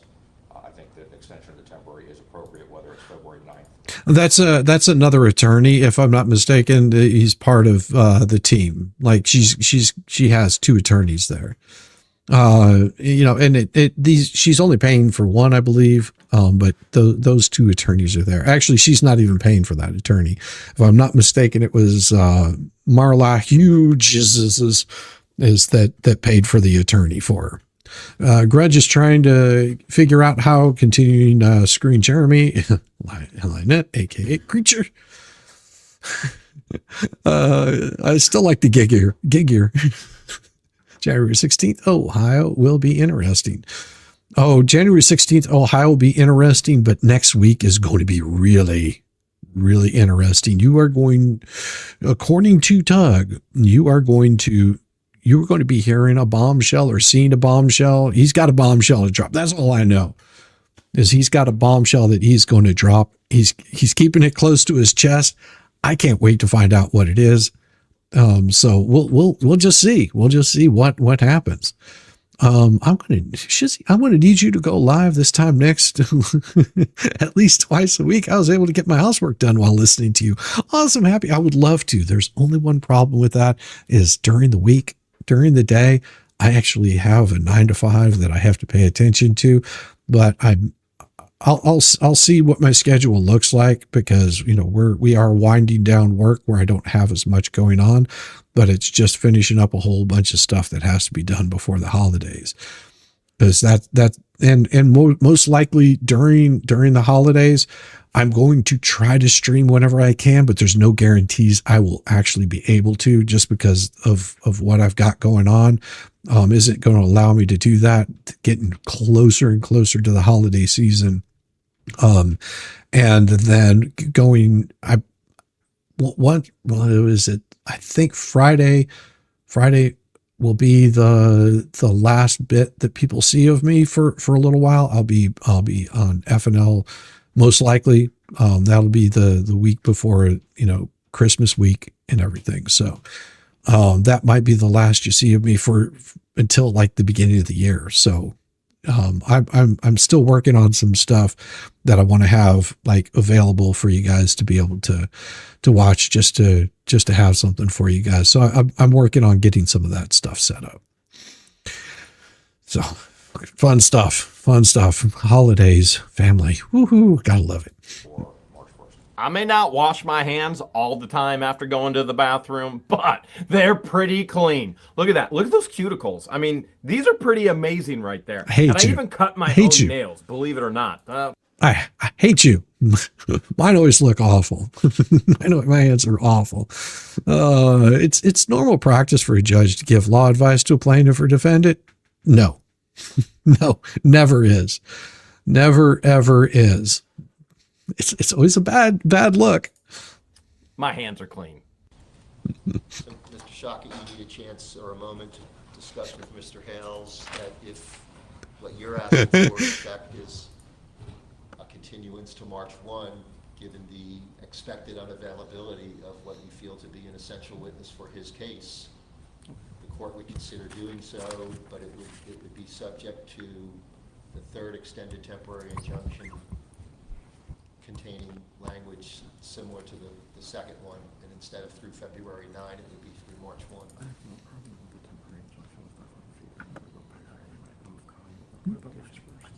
Mm-hmm. I just need to drive on my road so I don't die. The whole road was blocked off.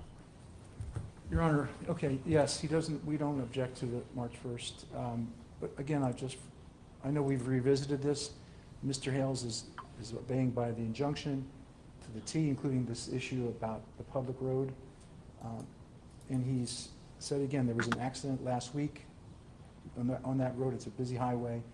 He just wants to be able to drive on the road to get into his property, making it within 100 feet when it's their residence instead of 500. That request, based on matters previously argued before the court on 2 occasions, is denied.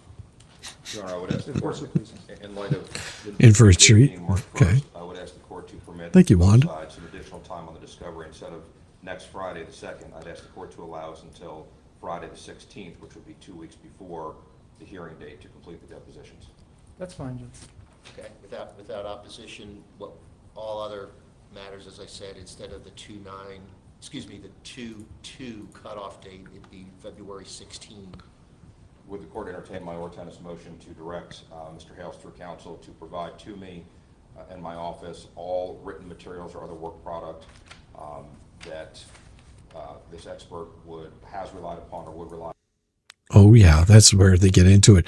Well done on the nut going to Martin House, you guys. Rocks. Yes, Gerard. That is absolutely in. And like I said, we had to change up what we were doing. I didn't want to put an overburdensome delay on getting something out there for the memorial to the memorial of the memorial that never was. So I did change that up. It is now Martin House. I showed if you go all the way back to the beginning of the stream where I talk about that, and I actually show you the picture of what that Martin House looks like. And it, like I said, it should be there. Well, a lot of blah, blah, blah, blah, blah. No, it is pretty important, because what Silverman is asking for, the work product that they're relying on, that the handwriting expert is relying on before the deposition, so they have a chance to review it. That's commonplace. And you don't want to deny them that ability to review it. See, this is what becomes really important. Why that discovery is so important in Fed 1. And Randy's asking the same thing in Fed 1. He's like, before we can do a deposition, so we can get to the crux of what's going on here, we need certain things that Lynette is supposed to provide. These are very specific things that's been requested. And although it may look broad, you have to cross all the T's and dot all the I's in a request for information like the work product that allows you to ask the appropriate questions. So you're not surprised coming into a trial. See, everyone thinks that, well, there's a lot of people that think whenever you walk into a trial that you get this like big Matlock moment, or, My Cousin Vinny, where all of a sudden information that wasn't there before all of a sudden just magically appears. That's not how it works in the real world. In the real world, everybody knows what's coming into the case. They know what evidence is going to be provided. The judge has been able to rule on it ahead of time, whether he's going to allow something in, whether he's not going to allow something in. All of that information has to be shared between both parties, so they have all of the same identical information. There's no big surprise that comes popping up like, well, what about this document? We haven't had a chance to review that document. Where did it come from? Where the judge in this case had already taken in all of these documents that Lynette provided, and then you try to use those as evidence of misbehavior without ever actually looking at the documents or having Jeremy present any sort of defense in response to those documents. Oh, thank you very much, Debbie Baker. Let me take a look at that. Thank you so much. And I'll take a look right here. And Debbie Baker, thank you so much for the $20 super chat. And she's saying, for having a great time tonight, Shizzy and wife, thank you. And I will be using that to make sure that we do have a wonderful evening. Like I said, it's probably going to be it's going to be me taking and putting that towards like Uber. So because holiday season, the last thing you want to do is go out, have a drink, and then get pulled over, get a ticket. Never fun. I've never had that experience. I don't ever intend on having that experience if I can avoid it. So yes, my wife and I will definitely enjoy that. Thank you very much, Debbie Baker, and happy holidays to you. The only people being surprised in court are supposed to be the jurors. Exactly. But everybody else knows the information that's coming in there. That's the biggest thing. Everybody needs to have the same information. Upon at the hearing, no less than 48 hours prior to her deposition, whenever we are able to schedule that. Right. The final trial being just 2 weeks away, they have yet to depose this expert witness. And why would you? He doesn't have the kahunas. He wouldn't dare. If she's got a written report, yeah, I haven't seen it yet, but sure. Well, We're not going to ambush anybody. We have, sure, if we get a report, we'll provide it. not just a written report, but any materials that she relied upon. I'll get you that. Informing any opinion Sure. she intends to testify. Or Sure. testify to in this case. Absolutely. I have the written report. I paid $5,000 for it. And I have all the information that she used to create the report. All the signs, there were 11, double-sided. And then every motion Lynette ran to the courthouse. All these frivolous motions that have all expired because I didn't do anything wrong. I still haven't done anything wrong. But she knows she's in huge trouble. As a matter of fact, defamation case that's coming towards her, which has already been filed in Levy County, she can lose everything. And I know you may be thinking, but she has nothing. Well, she's got a truck. She's got a camper. She's got property. She could lose it all. Yeah.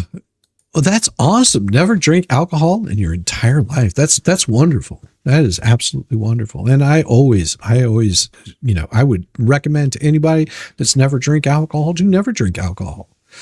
That can, especially if you end up having like a really bad addiction problem, that could really set things off. I had a buddy of mine, actually an old bandmate that didn't realize how bad his drinking had gotten until he woke up one morning not feeling too well and coughing up a little bit of blood because he had just basically ruined his immune system really bad. He is since, I think he's going on probably close to 20 years sober now. Wife, kids, he's absolutely happy. Won't ever touch another drop of it again. He says life is too short to spend on that.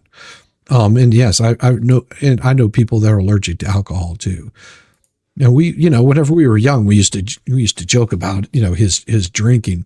And it just got worse as time went on. And it is a serious bad thing. For anybody that has addiction problems, definitely seek help on that. Get it taken care of as soon as possible. Because man, it can be bad for you. I quit 45 years ago. Awesome. That is absolutely awesome. If I drink a half a beer, I'm shitty drunk. I'd rather not to drink. I choose rather not to drink. There's nothing wrong with that. I'm serious. No shade on anybody. Congratulations. Oh. Without opposition, the court would direct that 48 hours prior to the deposition of the person proffered as a potential expert witness, all materials relied upon to formulate her opinion and/or any reports generated from those materials will be provided to counsel for the petitioner at least 48 hours prior to the deposition. Oh, that's beautiful. And Luigi's mom says, Merry Christmas and Happy New Year. Thank you. And same to you also. Merry Christmas to everybody. And I hope that you have a wonderful holiday season. Most definitely. With regards to the scheduling of her deposition, as well as Hey, all other discovery, I want to put good to see you. Cutoff date. We're now at February 16 for the cook. Oh, is that when it's happening? Tuesday he's going to drop the bombshell? Ooh, I can't wait. That's going to be glorious. Oh, I wonder what kind of fallout is going to happen. Ooh. I may have to ask Tug after he drops that information if maybe I'll wait for a day or something like that so I can maybe disseminate some of the information that he drops, because I really can't wait to see either. I'm so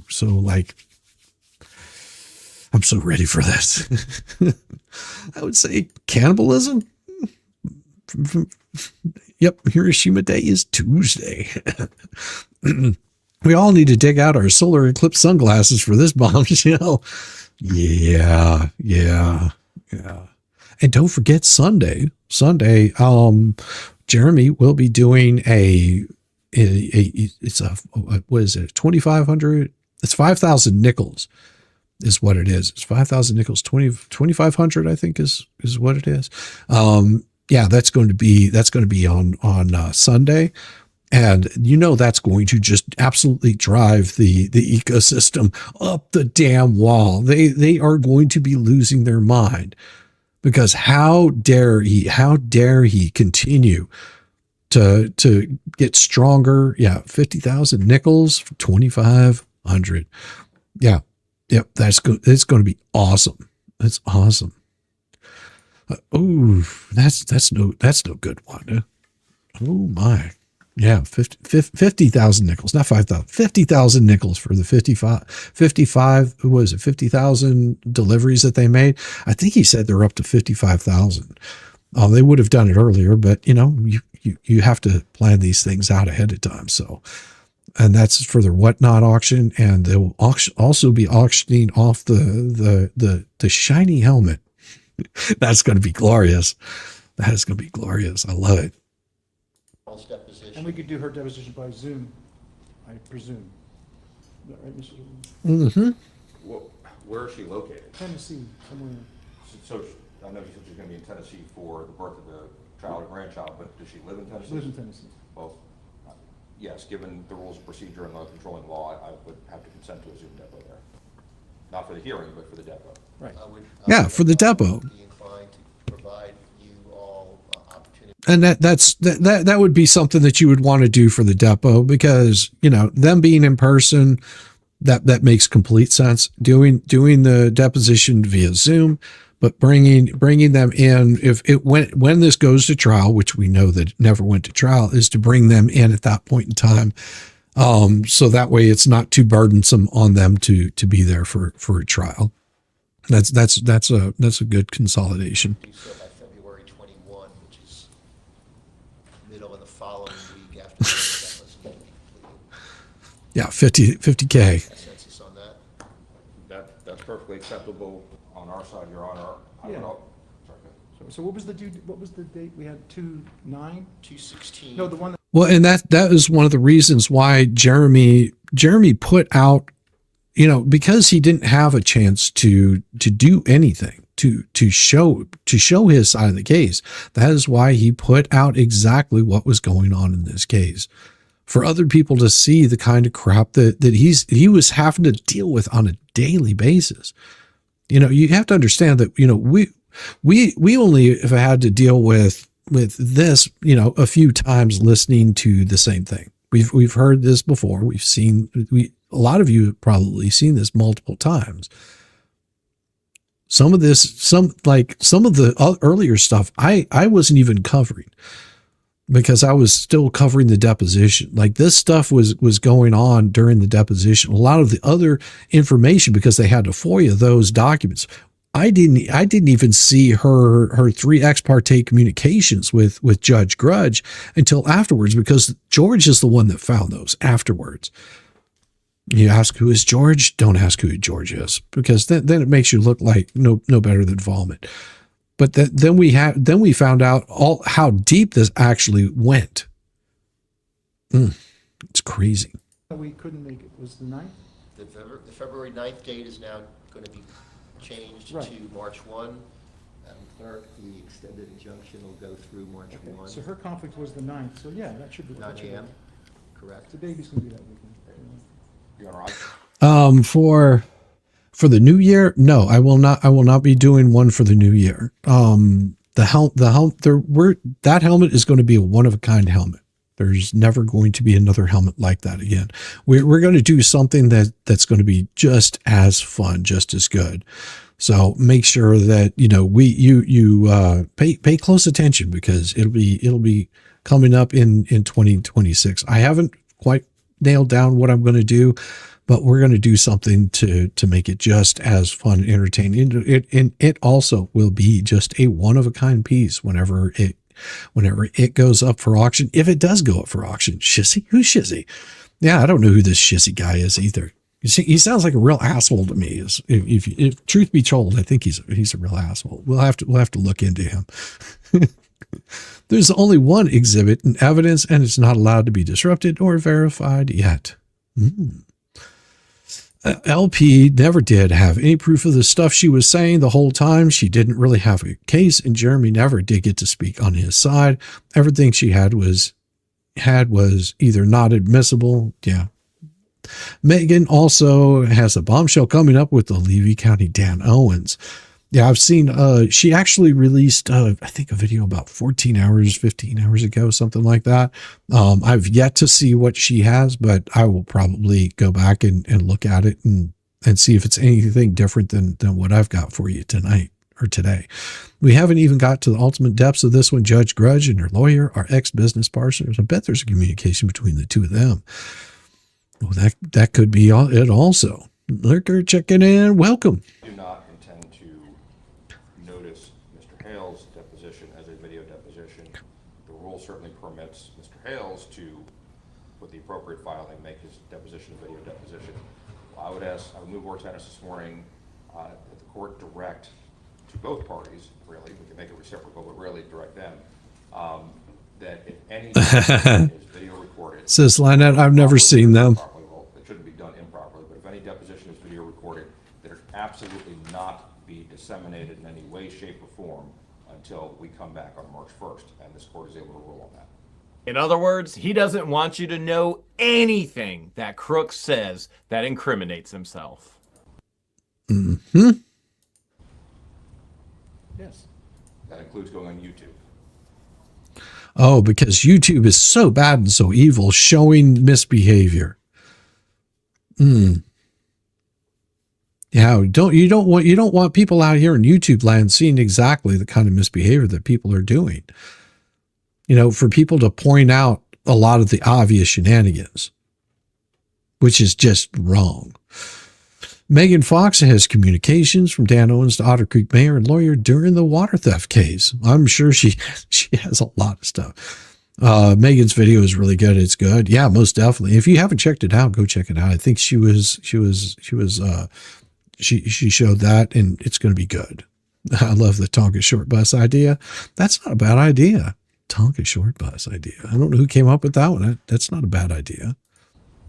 That includes any transcript being posted on YouTube. Yes, absolutely. Oh, that just drives them up the wall. Yeah, people are actually going and sparsing out his words and calling him out on this bullshit. They really hate that. They really, really, really hate that. And that was something that Bubbles absolutely despised. He was just like, how dare you show my client misbehaving and all of her shenanigans. It harms her case. How does it harm her case? The truth harms her case? Oh, amazing how that works, isn't it? Exactly. Don't act like an idiot. Embarrass yourself on video or at all. If you can avoid it. I mean, I do it daily. Oh, was it David Air Force? Thanks, Shizzywhiznut. It was my idea of the short bus Tonka toy. Maybe a dump truck. I don't know about a short bus, but a dump truck. Short bus might be too small. Direct that neither party, if any depots are taken in conformity with the videotaping of deposition rule, that neither party disseminate or publish in any form whatsoever those depositions until we reconvene and readdress that issue.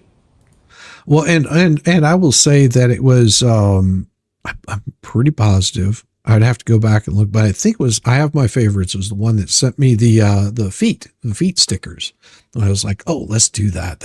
And we emptied out all of the stars onto that helmet. Like I said, that helmet's going to be up for auction. It's a one of a kind. It's got star stickers and then feet stickers, and it also has the expert sticker that's right on the top of it, that someone plastered on there during Dollywood. And I think there's some stars that are covering part of it up, but it's all on there. Now the Velcro shoes, that's going to be a little bit harder to do that, but we'll like I said, we'll come up with something. Maybe it'll be writing everybody's name on there until the yellow brush is. Oh, I've been here for 10 minutes. I still don't know what this is about. Just a memorial that wasn't a memorial. Okay. Yeah, I can explain. So criminally confident, lazy, Thanks for, by the way, for coming by last night. Oh, what the memorial was. So the two fleas ran I guess, in my opinion, the best way to put it is it was a griftathon. They raised over $3,000 over an extended period of time on a memorial that never materialized, and to this day has never materialized. So $3,000 or maybe more, I think it was somewhere around $3,000 was raised for a memorial that has never appeared at all. There's been promises of a memorial is going to show up. So Tug, because he thought that there should be a memorial there, made sure to let everyone know that he was raising money for a memorial, that Levy County deserved a memorial. And so he actually raised the money. The memorial is going to be picked up by Jeremy. He's got the memorial coming. And I was going to have something to go along with it, which initially was supposed to be a large concrete acorn. That thing weighs over 300 pounds. The problem is getting it there was going to be the biggest problem. We were looking at somewhere between 60 to 90 days, no guarantees, and none of that stuff. And so what I changed it to was last night before last, I ran a thing to get the memorial, like raise some money. I'm going to get a large acorn that's a bird bath. Because of the logistics of it, that couldn't happen. So I've since got a Martin house, and it's got an extra surprise coming with that, and also a pole. So it's got a 15-foot pole, so that Martin house can be mounted up there to provide the birds, a nice place to be. And that right there is already been ordered. It should be at Jeremy's, the Otter Creek, what do you call it? Hales headquarters in Florida. That should be there today, maybe late today, maybe tomorrow, but it should be arriving. That will be there. And then the pole will be arriving next week. And that's what the goal has been met on that. So anything beyond that, if people want to donate, which you're always welcome to, it supports the channel.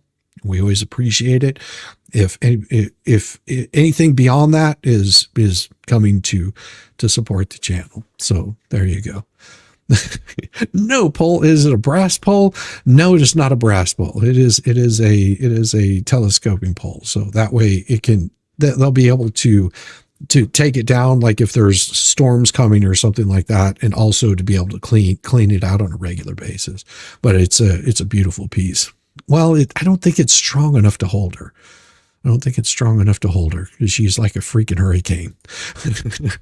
There was a comment over from the fleas that they will decide who sees the memorial bench. Oh, of course. But that's how they operate, like in the shadows. And we just thought it would be wonderful. So we done a memorial for the memorial that never showed up. Well, no, there was a memorial for the memorial that never showed up. I did a memorial for the memorial of the memorial that never showed up. So that's what it is. She's only like 85 pounds. Yo, traveling fools. Good to see you. Big pole right across from the stripping minister's property. What could go wrong? Well, true. That is true. Got to be careful. Who's going to swing on that? Through March 1 at 9 a.m., which the temporary is going to remain. One final point, if I could, Judge. I know you're not allowing further deposition to occur, and if that's the court so pleases, that's fine. But we should still be allowed to use it. Is that correct? What we have so far, the transcript in court to impeach? Seized over the memorial bench? Criteria for, prior inconsistent statement or whatever. The entire deposition is filled with inconsistent statements. Mm-hmm. It's nothing but pathological lying from a pathological liar. Okay. Yeah, and subject to whatever evidentiary. Why are you restraining? I call bullshit. You've never restrained yourself on anything, Lacey. Don't start now. The only thing harmed in this case was the victim, Jeremy. Yes. Objections. I'm not denying anyone the opportunity to present it. I'm not denying anyone the opportunity to make appropriate. Well, and that that's actually not true. You have to understand that a lot of people have been harmed in this. A lot of people have been harmed in this, not just Jeremy. The path of destruction that the anti-Hales have created is far-reaching. It wasn't just Jeremy that was harmed in this. Just remember, and I understand what you're coming from. As far as this part of it goes, yes, Jeremy was the only one that was harmed in this. But there's been plenty of harm that's been done, even to Lynette, in all of the shenanigans. How much money was raised on behalf of Lynette? How much money was raised on behalf of Lynette's child? How much money was raised in support for John Crook? Money that was never materialized, ever. It just disappeared. It disappeared into a snowstorm in Florida, as far as we know, because there's never been any proof that money even existed. And the claims that it never existed for what they wanted to do, it's gone, and it's caused Megan Fox to be doxxed. They've gone after Tug. They've gone after me. They've gone after anybody that they possibly can. They have left a path of destruction in their wake over their shenanigans. So the person that has been harmed the greatest has been Jeremy, because he's standing up against these assholes and fighting them. He's like, I'm not settling on this. He's made it very clear that, I will spend every last penny to make sure this doesn't happen to anybody else again. But I will, he says he refuses to settle with them. I mean, it's just absolutely insane. Yeah, someone has to put up a post with a wreath on it in almost the same place Travis showed it in his post yesterday. Someone has put up a post with a wreath on it in almost the same place Travis showed in his post yesterday. Oh, okay. I haven't seen that yet. Patients and Christian and their families. Yes, patients, Christian. Yeah, absolutely. And the employees that Jeremy hires have been impacted by all of the bullshit. Yeah, but they feel that they've done nothing in this at all to prolong all of this that could have been handled years ago. Going on what, 3 years now? Evidentiary objections at the time. Thank you, Jeff. I know that the Oh, no, you're good. temporary injunction will be contained in the document the clerk is preparing. In an abundance of caution, would the court permit me at the conclusion of this hearing simply to remain, and I'd like to draft immediately a proposed order for Mr. Shockett's review and the court's review on the discovery procedures we've just outlined, so that everybody's obligations are clear on the record. I have time. Well, Sure. so let me ask you how, you're going to type it up and forward it to me, and we could, We'll stay right here or go in the conference room, whatever the bailiff pleases, and send it to Mr. Shockett as soon as I'm done. It should take me about 20 minutes. I'm not saying the court has to sign it immediately. I just want to get it on consensus paper. on the language. Yeah, well, it's fresh in my mind.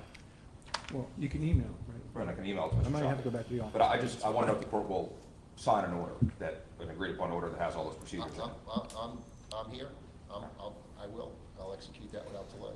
And then, Oh, thank you, Lacey. Sitting here so happy you're on, because a snowstorm is pounding outside here in southern Ohio. Well, I'm sorry to hear that. I hate it for you. I really do. I hope, stay safe and stay warm. Please do. I can. No, you're good. You're good. Most definitely. $7,000 for this friend, LY Chatter Judge's little Bradgery. Mm-hmm. Yeah, I think that's right. $7,000 for this friendly Chatter Judge's little, yeah, Judge's little ramblings. Mm-hmm.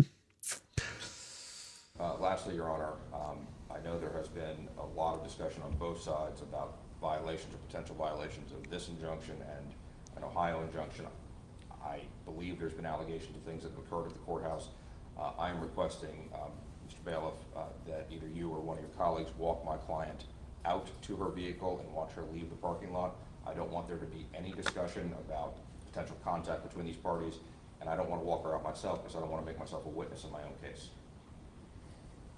Copying is the sincerest form of flattery, right? And that's what he's doing. He's copying what I did, because as we got there, Crook was breaking the civil protection order well within 500 feet. George was outside with the Levy County Sheriff. He had to move the vehicle. Should have never been there in the first place. I come in, say to my lawyer, Randy, do you want to go bring George inside? Should we have a deputy bring George inside so she's protected from these freaks? And now he's taking what I did before the judge was on the stand and trying to use it at the end, because we...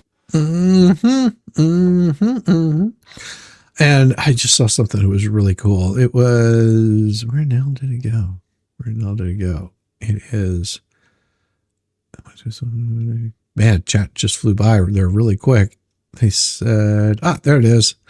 It says, Roy, it says it's 7 degrees and sunny in the El Paso, Texas area. Man. Yeah. I mean, the last time that I was in El Paso, last time I was in El Paso, I stayed at the Plaza Hotel for MEPS. right before doing MEPS. That's where they put everybody at. And from my window, I could actually see the Texas Juarez border. That was an interesting bus ride there. They bused me to El Paso. It's a long drive from where I lived in New Mexico. Oh my gosh! No snow in in Acres, Florida, 79 out here and sunny. Oh, that's beautiful, Tom. I love the heat. It is ridiculous to think. Of everyone that has come out of this bullshit. Just the everything that has come out of this bullshit. Yes, absolutely. And just constant. It's like a non-stream amount of shenanigans that are happening. And there's like I said, there's stuff that I haven't brought up or discussed because it's not the time. Like that. There's so much more. There's so much more to it that will be coming out over the next few months. That's going to boggle your mind, especially if Tug is dropping a bombshell on Tuesday.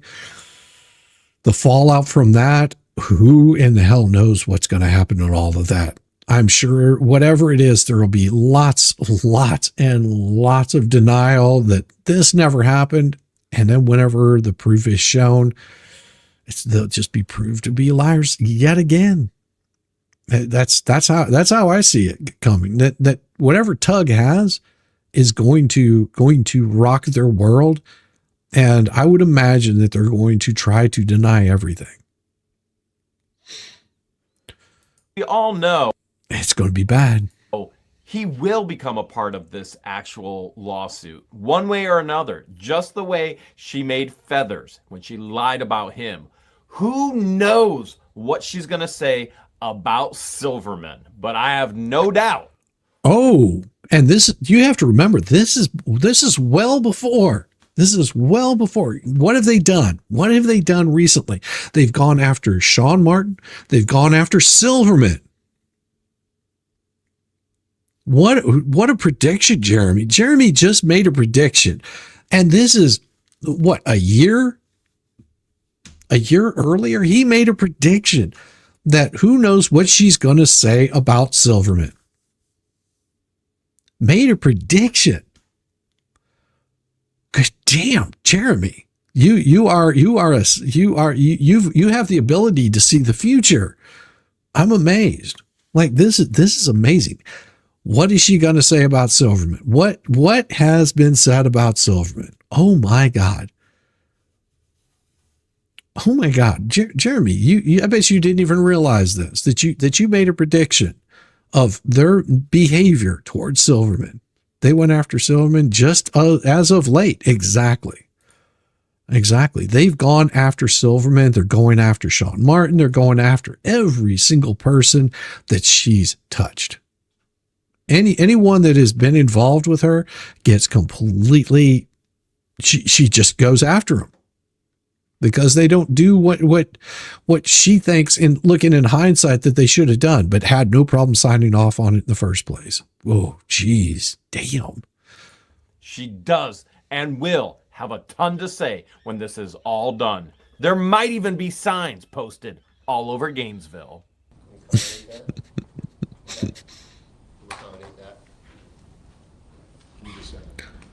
Yeah, how do you feel? How do you feel now, Silverman, about this client? How do you feel about her now? You know, they posted the email messages that Bruce was reaching out to you with. Yeah, Volmit posted the email messages that BBB was sending to you. Your own little buddy posted those email messages. You know how bad that makes him and you look? And well, actually, Silverman doesn't look too bad in those messages. He was just like, everything's there for you to view. Stop asking me for shit that I'm not giving you. But they've gone on the attack of Silverman. She still owes Silverman money. I don't know. I don't know how that all worked out. 50 degrees in Ireland. Man. Yeah. Wanda seems like forever. I moved the military airplanes just left turn over my house. Oof.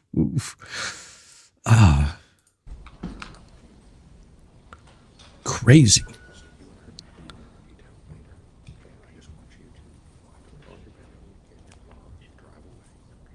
If you didn't catch that, he tells her, we'll talk later. I want you to get all your paperwork, get in your car, and drive away. Yep. In other words, he's actually trying to limit her from incriminating herself even more than she already has done.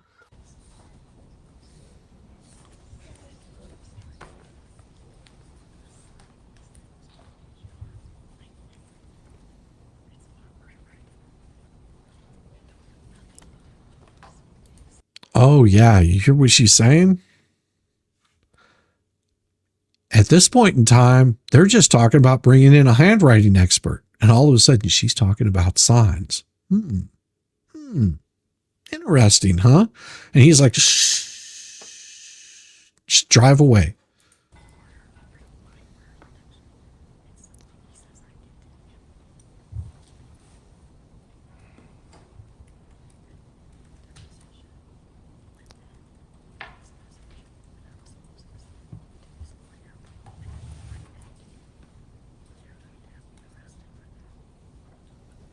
Gotta love a hot mic in the courtroom, and you gotta love that Silverman is completely and totally ignoring her. And previously, she told Brent, I've never seen them before. And now she's telling Silverman, it's not my writing. He's trying to get me arrested. I've never tried to get anybody arrested. Only people who do things that are foolish and illegal get arrested. People who get arrested because they got themselves arrested. Nobody else can get you arrested.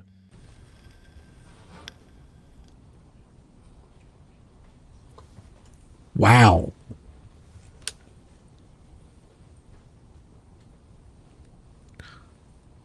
Nice, Wanda. We'll enjoy the weather. Enjoy the weather. Just so the record's clear, because the extended injunction, which contains the addendum that was previously added to it as page 5 of 7, signed January 4, 2024, the same language applies in conformity with the Budlove decision. Just so that you know, I've written in here so that this record reflects that the above conditions will remain through March 1, 2024, dated this 23rd day of January 2024, signed by. That's fine. And what time? 9 o'clock? 9 o'clock. Okay. And I know I said last thing, but never trust a lawyer when he says that. This is a relatively unusual procedural posture in that this hearing has already begun, the evidentiary portion of this. I am now on the record asking or moving to invoke the rule of sequestration as to any and all witnesses that may potentially testify in this case. I certainly have no problem with Mr. Hales or my clients speak to their lawyers about it, or if the lawyers speak to other witnesses about it, but I believe it's completely inappropriate given that the evidentiary portion of this proceeding has already begun for there to be conversations about the substance of what has occurred in court and what other witnesses testified to. So I would move to invoke the rule of sequestration. Mr. Shockett, you wish to be heard? I mean, it's. No, I agree. That's been a problem in this case that I've seen before. Well, Right. so for example, his wife, I believe it's his wife, It's not as well. or well, his significant other, they're on YouTube chatting for hours about what has occurred in court, what witnesses have testified to, what happened at depositions. That is not kosher, respectfully, while the evidentiary portion of this case is pending and the rule has been invoked.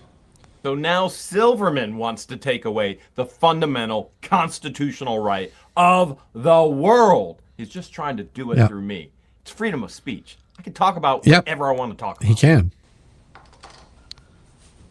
So, for the record, if you could just state the name of the individual that you're talking about, Mr. Shockett. Well, we saw two witnesses here on their side. We saw Russ, what's his last name? Sus. Russell, the former mayor of Albuquerque, was a witness. He was here, so that was one. I think there was another witness she had. It would apply equally. It would to my apply client. equally. I Applies agree. equally. Absolutely. Right. And then So I just want the Martha, record to reflect so that the parties know. It's a little bit unusual because the court would have invoked it at the outset. Mr. Silverman was not present at that time. It was not raised by Mr. Feather or Ms. Preston acting on her own behalf. So the court would invoke the rule of sequestration of witnesses, which would include that the witnesses remain outside the courtroom during the the presentation of the evidence, that the witnesses, while outside the presence of the other witnesses, not discuss amongst themselves their testimony or expected testimony, or if they're called before the other witnesses, what they did testify to or what they were questioned about, that any violation of the rule brought to the court's attention will result in an inquiry and potential exclusion of their testimony. And so, Mr. Shockett, what you mentioned just a moment ago as to maybe the mayor or former mayor, I may have been mistaken. I thought Mr. Feather represented him as a potential witness he was going to call. that was the current mayor. Okay. And then there was so you have So- the current mayor and former mayor.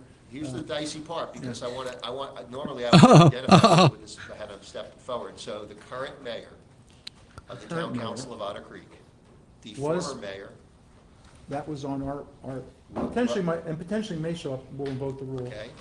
On her side was a former mayor and an unidentified person.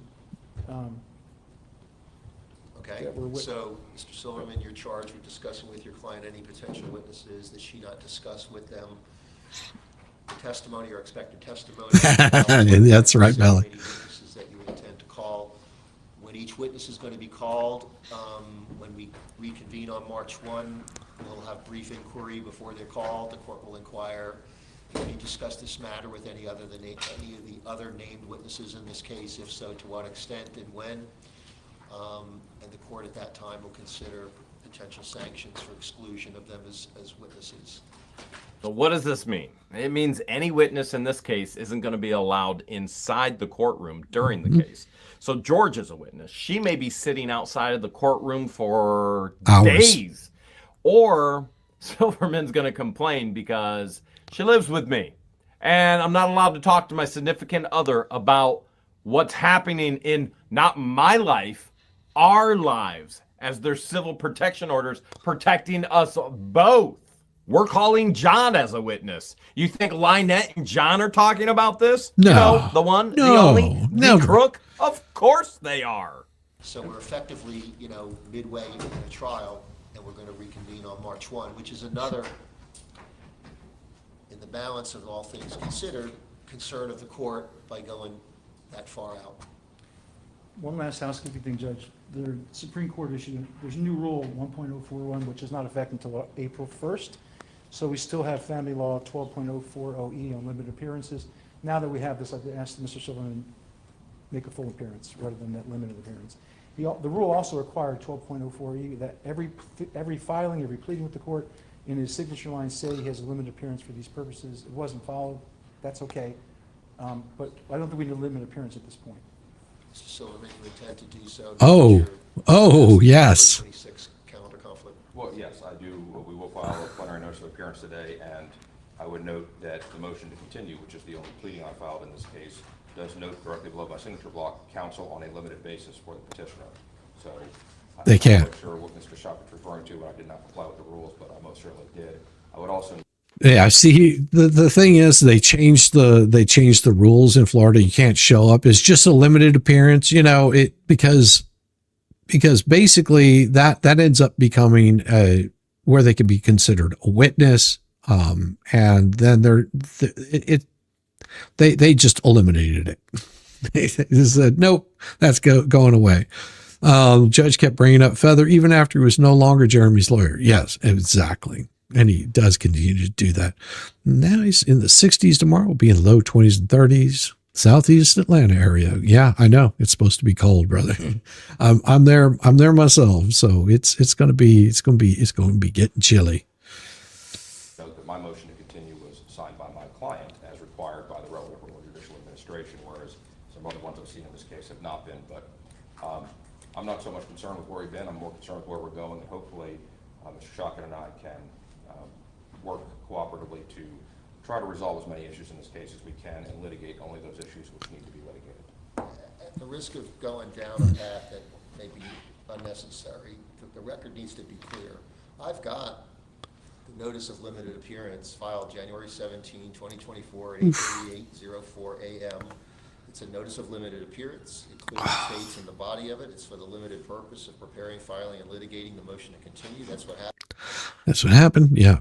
Funny. Ohio, 8+ inches in 12 hours today, and then 50s and pouring rain Christmas Eve and day. And I hope it doesn't turn into ice, and stay safe out there, Callie. Hey, no fun. Yeah, Rich says, checked, it's 77 degrees right now. It's chilly, frosty, and raining in my part of the UK. Man, no, see, I don't like the cold. My wife at one point in time talked about, hey, how would you feel about moving to Europe or blah, blah, blah. I was like, nope. I have no desire to live in Europe. It's like, I'm sure there's some wonderful beaches and some wonderful places, but no, just nope. I'm happy with my country. I'm happy here. Today, and in the signature block, it's signed by That's true. Silverman, and under all of the identifying information, contact information, e-service info, it states limited counsel for the petitioner. Nice. We meant Well, the stay other safe. things. It says, the rule says that's currently in effect.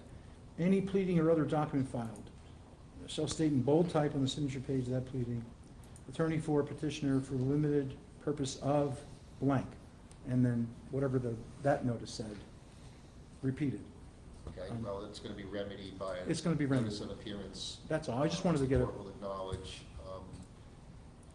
and we'll proceed. Just give us a minute here. Oh, same way, Wanda. Love the heat. You see the bias just oozing from Craig DeThomasis? So if my lawyer files something and it's hyper technically not 100% correct, even though the deposition was noticed as videotaped, there's a problem. But if Silverman files something and it's hyper technically incorrect, that'll be remedied. Yeah, We're good with that? that's exactly what he did. Mr. Hales with a copy of the extension of the injunction through March 1. That's right, Kelly B. Yeah, showing severe bias in all of this.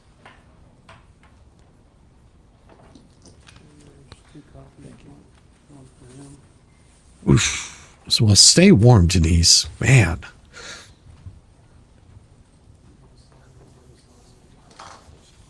Ms. Preston, I ask you to sign, please.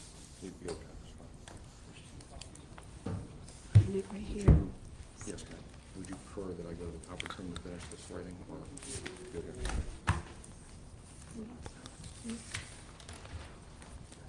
Along with that. Mm-hmm. That stand, please. All right, anything further to come before the court on behalf of the petitioner? No, sir. On behalf of the respondent? No, Your Honor. Thank you. We'll stand adjourned. 4 hearings, 4 months, and we still haven't heard a single thing from me in court. But the hearing date is March 1st, and who the hell knows what's going to happen in between now and then. Mm-hmm. It got crazier. It got much, much crazier. And speaking of some crazy stuff, I have and let me just preface this. I may not be able to get through all of this because we're running up on the 2.5 hour mark. Like I said, I do have something that's going to be coming up. Luckily, I'm all showered and fresh and clean, so I don't have to worry about jumping in the shower or anything like that. I'm going to go until I can sort of get through this document. That's sort of my plan. And this is going to be the latest document that dropped in from Owens on the Owens case with, so it's, Jeremy v. Dan Owens. And there was something that came in on the 12th, because I was otherwise detained with, or entertained, I should say, with the wonderful Mo in the Deep on Friday morning. We do the Friday mornings with Mo over on her channel. And then we do a pre-stream on Fridays with Mo. It's just her and I usually, and the wonderful Lacey from Criminal, damn it. I'm going to get the damn name wrong. Criminally Competent. Damn it. You guys know what I'm talking about. Lacey Jane came in and spent a little bit of time with us. We had yes, there we go. See, I keep saying criminally competent. I should know this by now. Criminally confident. Thank you. Criminally confident. Lacey came in yesterday, spent some time with Mo and I. We had an absolute blast. She got to see Willy Wonka's Bastard Child, which she was, I think, mortally horrified, but quite entertainingly so. And so we usually do a Friday pre-stream, and we just screw around for, until FNL goes live. And then we send everyone over there, and all the people that came by showed some support for Expert.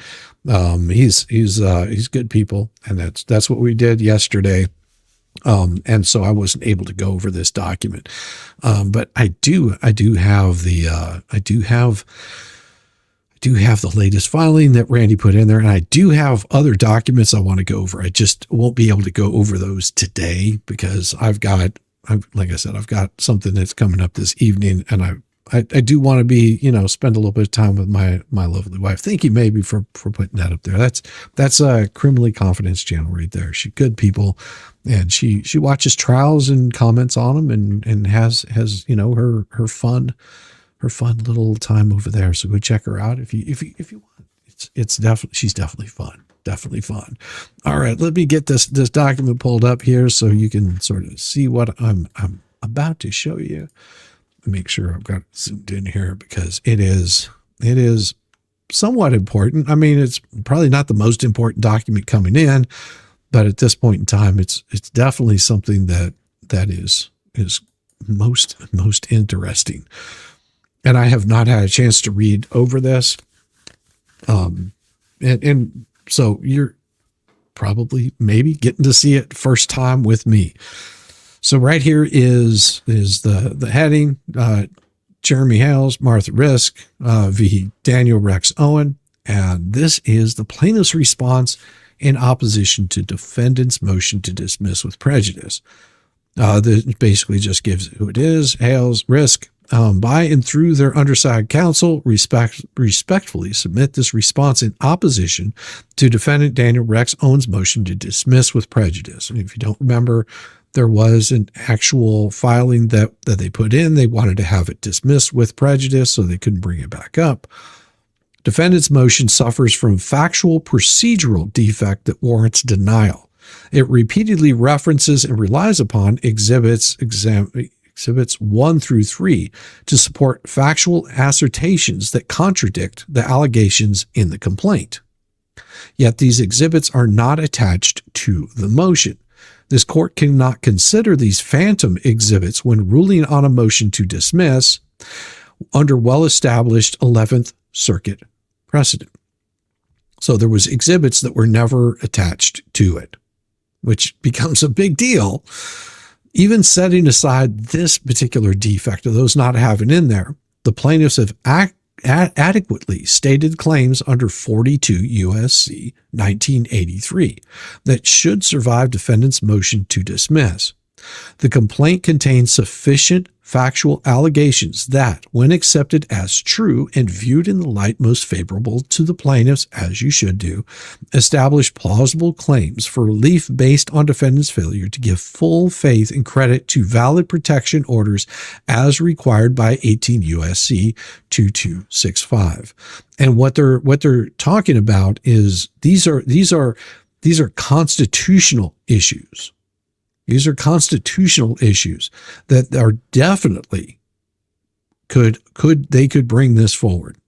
Furthermore, defendant is not entitled to either absolute prosecutorial immunity under this or qualified immunity for the conduct that's alleged in the complaint.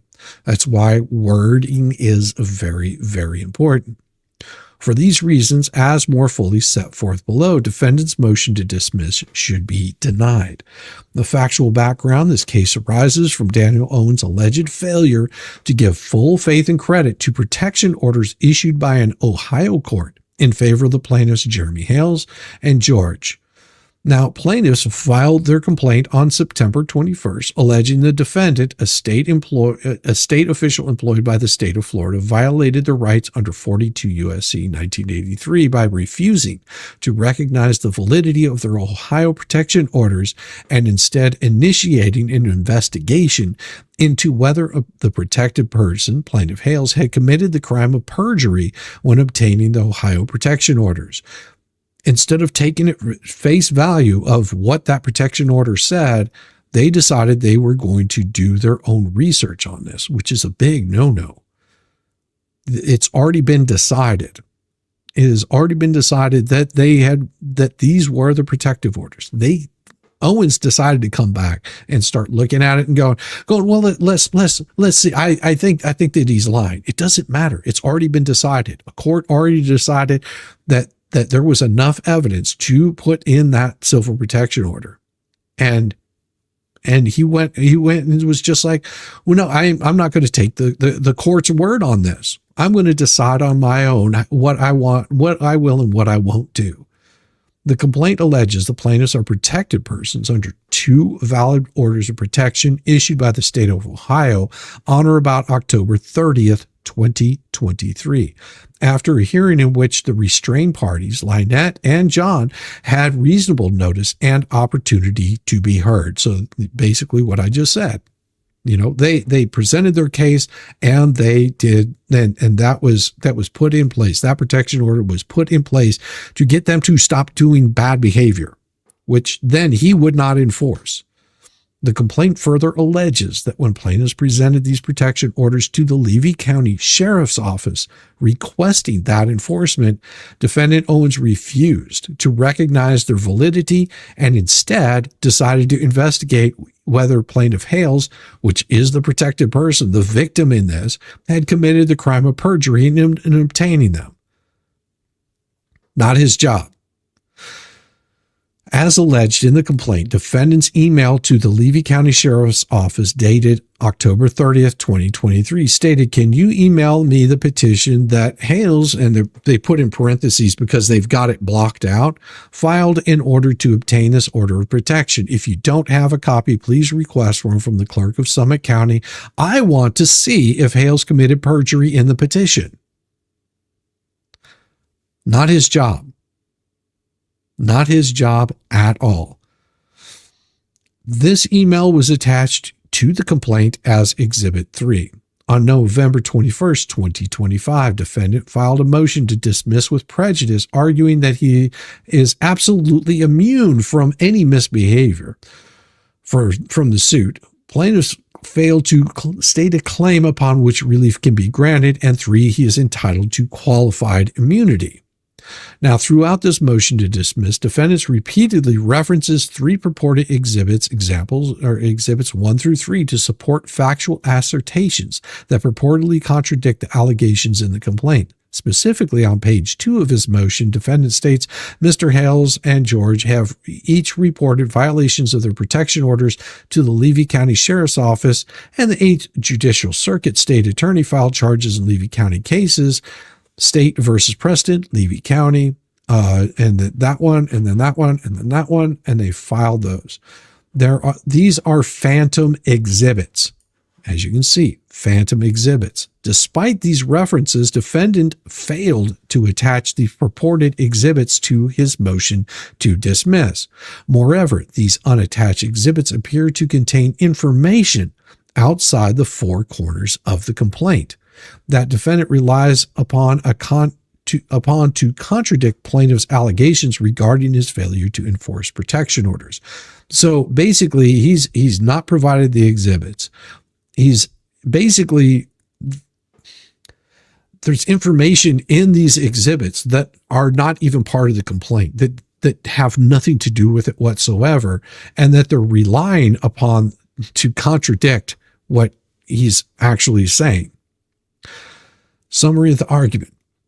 Defendant's motion to dismiss should be denied for three primary reasons. First, the motion improperly relies on unattached exhibits that cannot be considered by this court under well-established 11th Court precedent. When ruling on a motion to dismiss, a court must generally limit its consideration to the pleadings and exhibits attached to them. Defendant's unattached exhibits do not qualify for consideration under the incorporation by reference doctrine because they are not referenced in the complaint, not central to plaintiff's claims, and their authenticity cannot be verified. Second, even if the court disregards this procedural defect, which is a pretty big defect, plaintiffs have adequately stated claims under 24 U.S.C. 1983 that should survive a motion to dismiss. The complaint contains sufficient factual allegations that, when accepted as true, establish plausible claims for relief based on defendant's failure to give full faith and credit to valid protection orders as required by 18 U.S.C. and for violation of the plaintiff's due process rights. Third, defendant is not entitled to either absolute prosecutorial immunity or qualified immunity for the conduct alleged in the complaint. Defendant's conduct refusing to recognize valid out-of-state protection orders and investigating whether plaintiff Hales committed perjury constitutes investigative activity rather than prosecutorial function, for which only qualified immunity is available. Moreover, defendant's conduct violated clearly established federal law requiring states to accord full faith and credit to protection orders issued by other states. Now, the argument in this is defendant's motion to dismiss improperly relies on these unattached exhibits that cannot be considered by this court. Now, defendant's motion to dismiss suffers from factual procedure defect. This warrants denial of the motion. Motion repeatedly references those exhibits to support factual assertions regarding state court cases allegedly filed against the restrained parties. But these exhibits are not attached to the motion. This court cannot consider these phantom exhibits when ruling on their motion to dismiss under established precedent. The legal standard for materials considered on a motion to dismiss. This is where we're getting to what those standards are. Under 11th Circuit precedent, when ruling on a motion to dismiss under Federal Rules of Civil Procedure 12b-6, a district court must generally limit its consideration to the pleadings and any exhibits attached to them. If the parties present and the court considers evidence outside the pleadings, the motion to dismiss must be converted into a motion for summary judgment pursuant to the Federal Rules of Civil Procedure 12d. Rules of Civil Procedure provide that a motion to dismiss shall be treated as a motion for summary judgment if the movement presents matters outside the pleadings. When the district court converts a motion to dismiss into one for summary judgment, the court is required to give notice to the parties and an opportunity for mutual discovery. 11th Circuit recognizes a narrow exception to this rule under the incorporation by reference doctrine. Under this doctrine, a court may consider evidence attached to a motion to dismiss without converting the motion into one for summary judgment if three requirements are met. 1, the plaintiff refers to certain documents in the complaint. 2, that those documents that are referred to in the complaint are central to the plaintiff's claim. And 3, those documents are contents are undisputed, meaning that they can be authentically, or that their authenticity is not challenged. Here, there's no exhibits attached to incorporate, so this doctrine cannot apply. While the 11th Circuit held that when exhibits contradict the general and conclusory allegations of the pleading, the exhibits govern. This principle only applies to the exhibits that are properly before the court, such as those attached to the complaint or those that qualify under the incorporation by reference doctrine, which is also not the case here. Now, those unattached exhibits cannot be considered under 11th Court precedent. Defendant Owen's motion to dismiss repeatedly references those exhibits to support factual assertions regarding state court cases allegedly filed against the restrained parties. But these exhibits are not attached to the motion. These unattached exhibits fail to meet any of the requirements for consideration under the 11th Circuit precedent. First, the unattached exhibits are not part of the pleadings. Federal rules of civil procedure provide that a copy of any written instrument which is an exhibit to a pleading is part, therefore, for all purposes.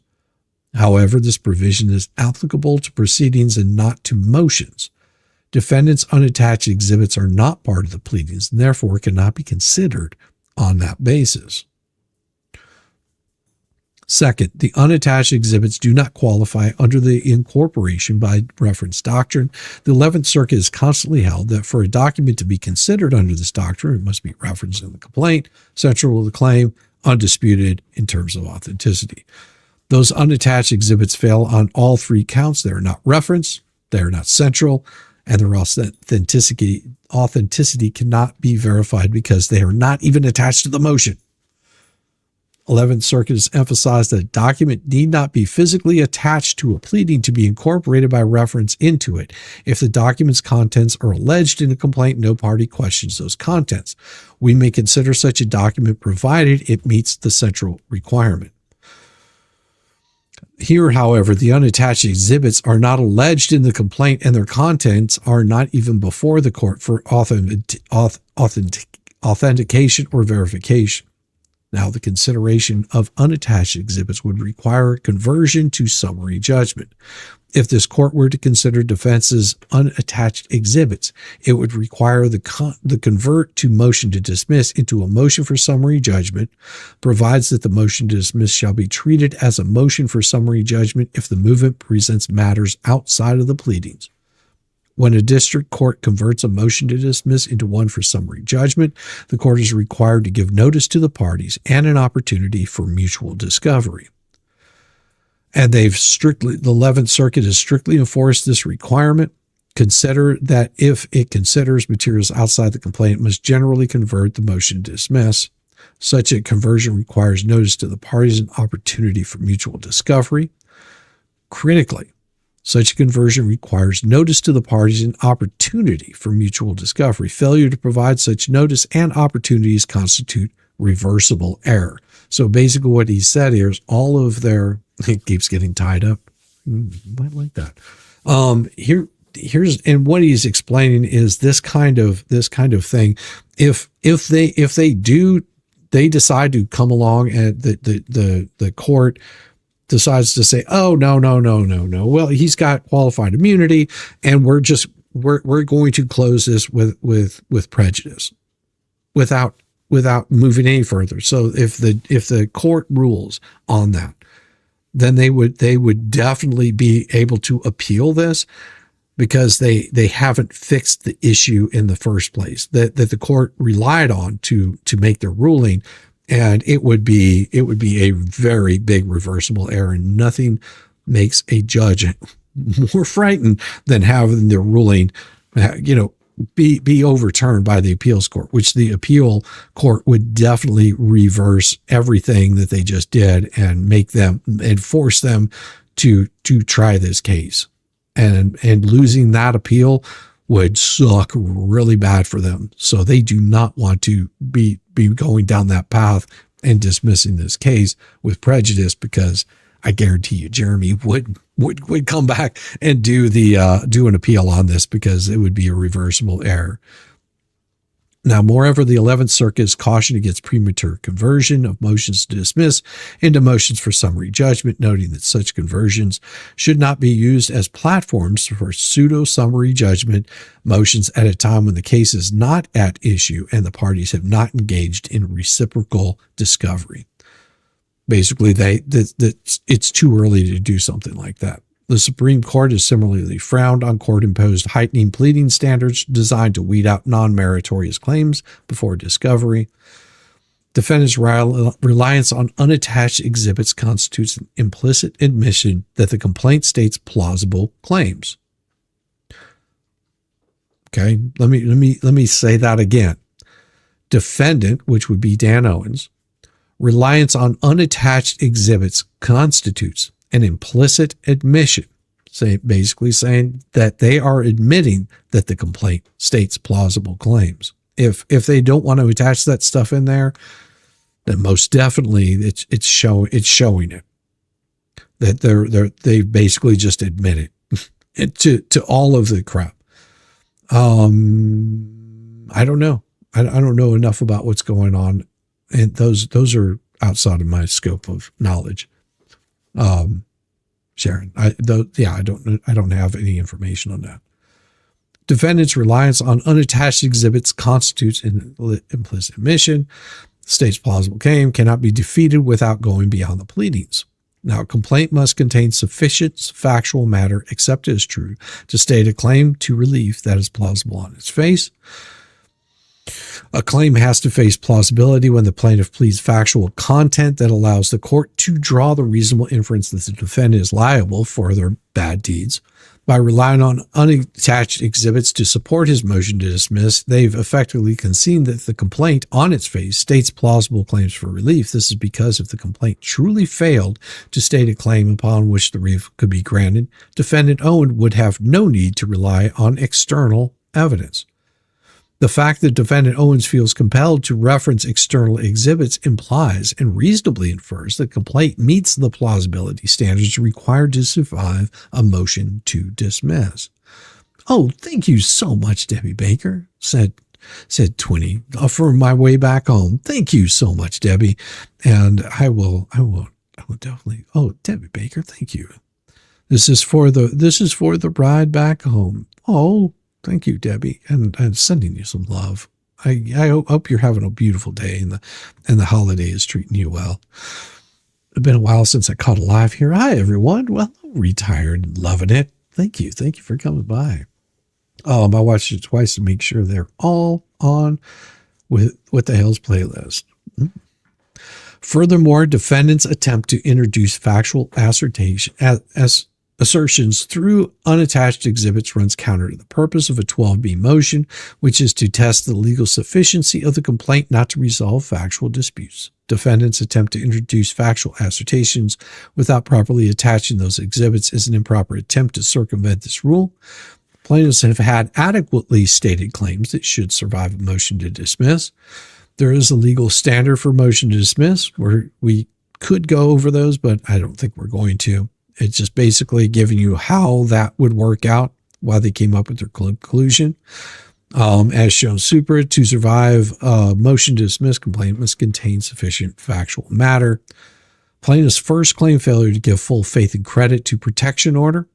Section 1983 provides a remedy for the deprivation of rights, privileges, and or immunities secured by the Constitution and laws by persons acting under color of state law, the full faith and credit provision for protection orders.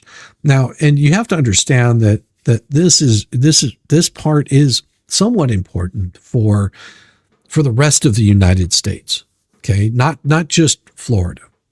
You know, this pertains to everything across the United States of America, because imagine this. You live in, let's just say, Washington, and you've got a stalker. You've got a protective order to make sure that this stalker doesn't harass you anymore.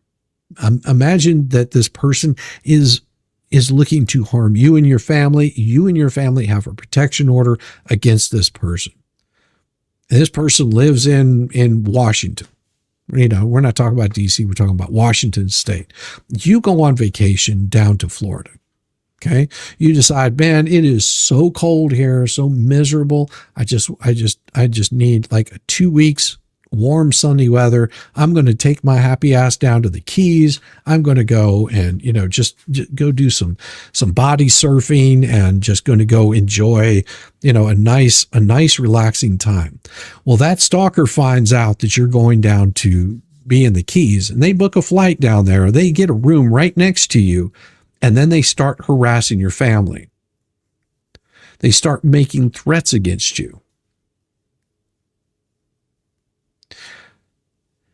What protection does Florida provide whenever you're like, this person is breaking a restraining order and you call the police on them to get them to stop, to get Florida to act on that particular issue?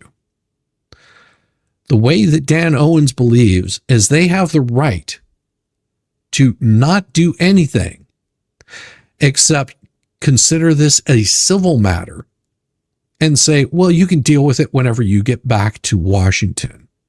We're not going to follow the laws that are put in there. And what they do is that you and your family end up being injured by this person because Florida decided they didn't want to do a damn thing about it. And him trying to circumvent this becomes more of a big issue with the state of Florida. Because they are questioning, because they're going to say, well, we're not liable for any bad actions that happened because, well, we couldn't find whether this was true or false. So now the victim is being questioned on the veracity of a restraining order that they have on somebody. And now they're harassed, injured. Florida does not want this to happen, because that means that Florida doesn't have to give any full faith or credit to a protection order under 18 USC. It makes it really dangerous to do anything to get away from somebody that could be causing harm to you or your family. This is why Owens's bad behavior and the way that he's acting and saying, we're not liable for that now. It's like, no, that becomes a very, very bad issue. Moving on. Establishes the protection orders issued by one state shall be accorded full faith and credited by the court of another state, Indian tribe, or territory, and must be enforced by the court and law enforcement personnel of the other state, Indian tribe, government, territory, as if it were the order of the enforcing state, Indian tribe, or territory. This is statutory language, creates a clear federal right to have protection orders recognized and enforced across state lines. And the same would be if they traveled to California, that it wouldn't matter where they go. They should have that protection. Not in Snohomish County. Happy era over winter already. The complaint adequately alleges of violations of this, right? The complaint alleges that defendant Owen, acting under color of state law as a federal state official, refused to recognize and enforce facially and valid protection orders issued by the state of Ohio, instead of enforcing those orders as if they were the order of the enforcing state as required by 18 USC 2265. Defendant Owen questioned the validity of two facially valid protective orders issued by the state of Ohio, and in an utterly shockingly manner, defendant Owen tried to turn the tables on Article 4, Section 1 of the United States Constitution itself by ignoring the Ohio protective orders and by his investigating into whether the victim, plaintiff Hales, had committed a crime, perjury, when obtaining those protection orders in Ohio. Like, this is like unconscionable behavior. Florida is the most unlawful corrupt state in the U.S. I don't know. They could be having issues everywhere if this is allowed to continue. The complaint specifically alleges that defendant Owen requested to see something beyond the 2 protection orders issued by the state of Ohio.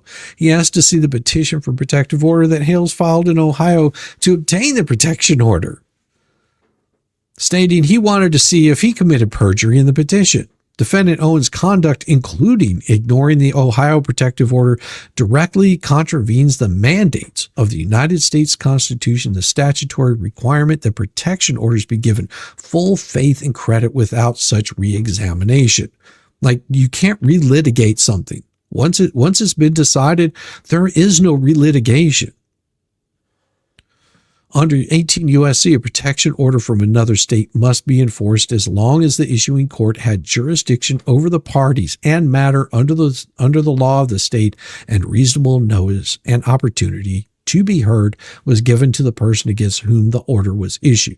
The statute does not permit officials in the enforcing state to investigate the truthfulness of statements made in obtaining the original order. The result of defendant Owen's acts was a complete 180 from the standpoint of Levy County law enforcement. Defendant Owen's inquiry into whether or not the protected person, Mr. Hales, committed the criminal act of perjury, and the chilling effect on the attempt by the Levy County law enforcement to proceed with analyzing whether or not there was probable cause to arrest the Ohio respondent for violating the Ohio protective orders. You know, him saying, you have to understand that he's up here, all these other people down here below him. Now, had he said, yes, it comes in and he says, yes, you need to enforce this, and they don't enforce it, that's on them. But he up here was saying, no, we need to investigate whether Jeremy did anything wrong in obtaining this enforcement order. No, you say this is the law right here. You have to enforce this. If Levy County law enforcement decides that they're not going to enforce it on their own, then they would be the ones on the hot seat. But him taking control of this and basically saying, well, let's just, get me a copy of that. I want to see if he perjured himself. That right there. No. All this lurking and listening. I forgot the thumb. Well, thank you very much, Steve. I appreciate you. Glasgow, Kentucky. That's not far from your son. I've been to Glasgow, Kentucky. Regarding defendant Owen's claim that the Florida Enforcement of Foreign Judgment Act must also be considered. This is absolutely contradicted by none other than the Attorney General for the state of Florida himself. The Florida Attorney General's opinion, number AGO 96-71, issued in September of 1996, states that provisions of state law such as the Enforcement of Foreign Judgments Act are inapplicable to the enforcement of a foreign protection order issued in compliance with VAWA. Florida Attorney General opinion addresses the enforcement of foreign protection orders under the Violence Against Women's Act. It states that foreign protection orders issued in accordance with 18 U.S.C. are enforceable by local law enforcement agencies in Florida without the need for registering or recording. The opinion emphasizes that such orders must be enforced as if they were issued by the enforcing state, providing the issuing state had both personal and subject matter jurisdiction, and the respondent received reasonable notice and opportunity to be heard. So basically they're saying once it's been ruled on, it's enforceable. Now, if they were still in the matter of the court case itself, like for example, if there was a temporary restraining order that was put in place, then they might have a little bit of something there to wiggle around, say, well, they hadn't, this isn't a concluded case. But the judge has already ruled on this. The judge has said, you've presented your case, therefore I'm finding for this party right here, now it's enforceable. Never did that. And basically goes through with the Violence Against Women's Act. Congress has recognized that domestic violence constitutes a national problem that transcends state lines. The act provides a critical component to the protection against domestic violence by mandating the recognition and enforcement of foreign protection orders. The only reason it was called the Violence Against Women Act is because they gave it a pretty name. It doesn't matter the sex in this. All that matters is that domestic violence constitutes a national problem that transcends state lines. You can't have it for one and not have it for the other sex. Let's put it that way. Any protection order issued by that is consistent with subsection B of the section of the court of one state or Indian tribe shall be in accordance with full faith and credit by the court in another state or Indian tribe and enforced as if it were the order of the enforcing state or Indian tribe. In order for the full faith and credit provisions to apply, the Act requires that the state issuing the protection order have both personal subject matter jurisdiction, just everything that we said before.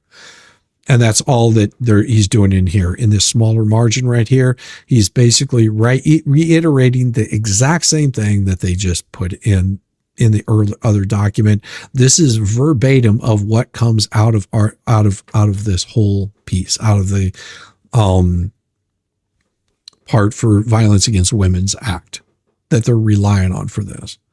Oh, thank you very much, Rick. Appreciate you. So now we get to the second part right here. Plaintiff's second claim, violation of substantive due process rights. The allegation in the complaint pointing to the failings on the part of the defendant, Owen, by ignoring the Ohio orders altogether. Since questioned how they were obtained, plaintiffs have not alleged procedural deficiencies in the process used to deprive their interest, if any, in the enforcement of the Ohio orders. This means that their claim is best considered irrespective of process as a deprivation of the substantive due process right by ignoring the validity of the Ohio protection orders and instead initiating an investigation into the truthfulness of Plaintiff Hale's statement in obtaining those orders. Defendant Owen effectively nullified the protection orders without any process whatsoever. It's like the adventures of Limmywinks. Hey, brother, good to see you. You know you are always welcome here. I understand that somebody was asking about your microphone, wanting to figure out what was going on. I said, well, he's choking on it. No, I'm just kidding. But you are welcome to come on, brother. You do.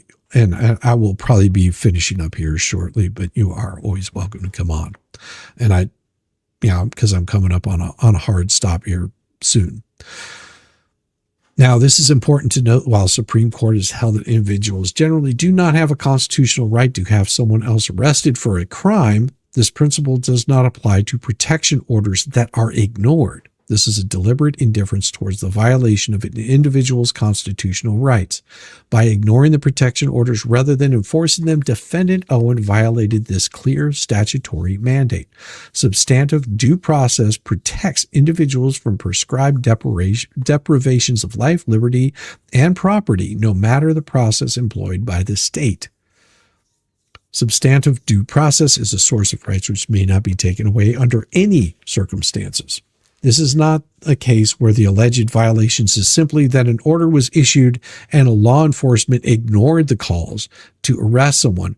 Rather, the defendant Owen affirmatively and deliberately chose to ignore facially valid Ohio protection orders. And in these circumstances, Defendant Owen's inaction with regard to the Ohio orders means this court can easily infer from the facts alleged that Defendant Owen was aware that Mr. Crook and Miss Preston posed significant risks of harm to plaintiffs via his knowledge of the orders, yet he acted indifferently to that risk by choosing not to act at all regarding the Ohio orders, other than investigating whether Mr. Hales committed perjury. Let's see. Defendant Owens argues that he is entitled to absolute immunity as a prosecutor. However, this argument fails because the investigating whether the plaintiff's Hales committed perjury in obtaining the protection order is an investigative function, not a prosecutorial one. Prosecutors have only qualified immunity when performing functions not associated with their role as advocates for the state. The actions of the prosecutor are not absolutely immune merely because they are performed by a prosecutor.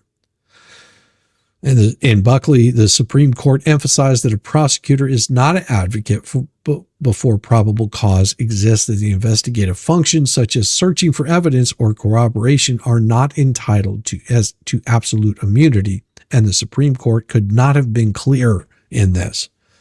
This means that Owens' investigative actions, such as advising the Levy County Sheriff that Owens needs to evaluate the validity of a foreign protection order because he suspected the party had committed perjury in obtaining the protective order before any judicial proceedings began, fall outside the scope of absolute immunity and are instead subject to qualified immunity. Mr. Owens' inquiry into the merits of foreign protection order under the Violence Against Women's Act presents a specific violation as an investigative act and would generally be protected by qualified immunity rather than absolute immunity. The 11th Circuit amplifies the Supreme Court on this issue. And we're not going to read through that portion of it, but it is there.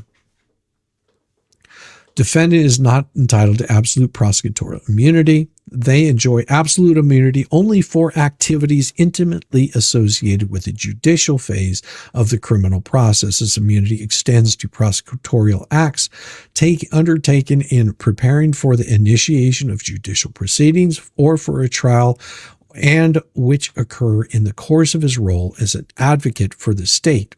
Prosecutor enjoys immunity from allegations stemming from the prosecutor's function as advocate, but has qualified immunity when performing a function not associated with his role as an advocate for the state.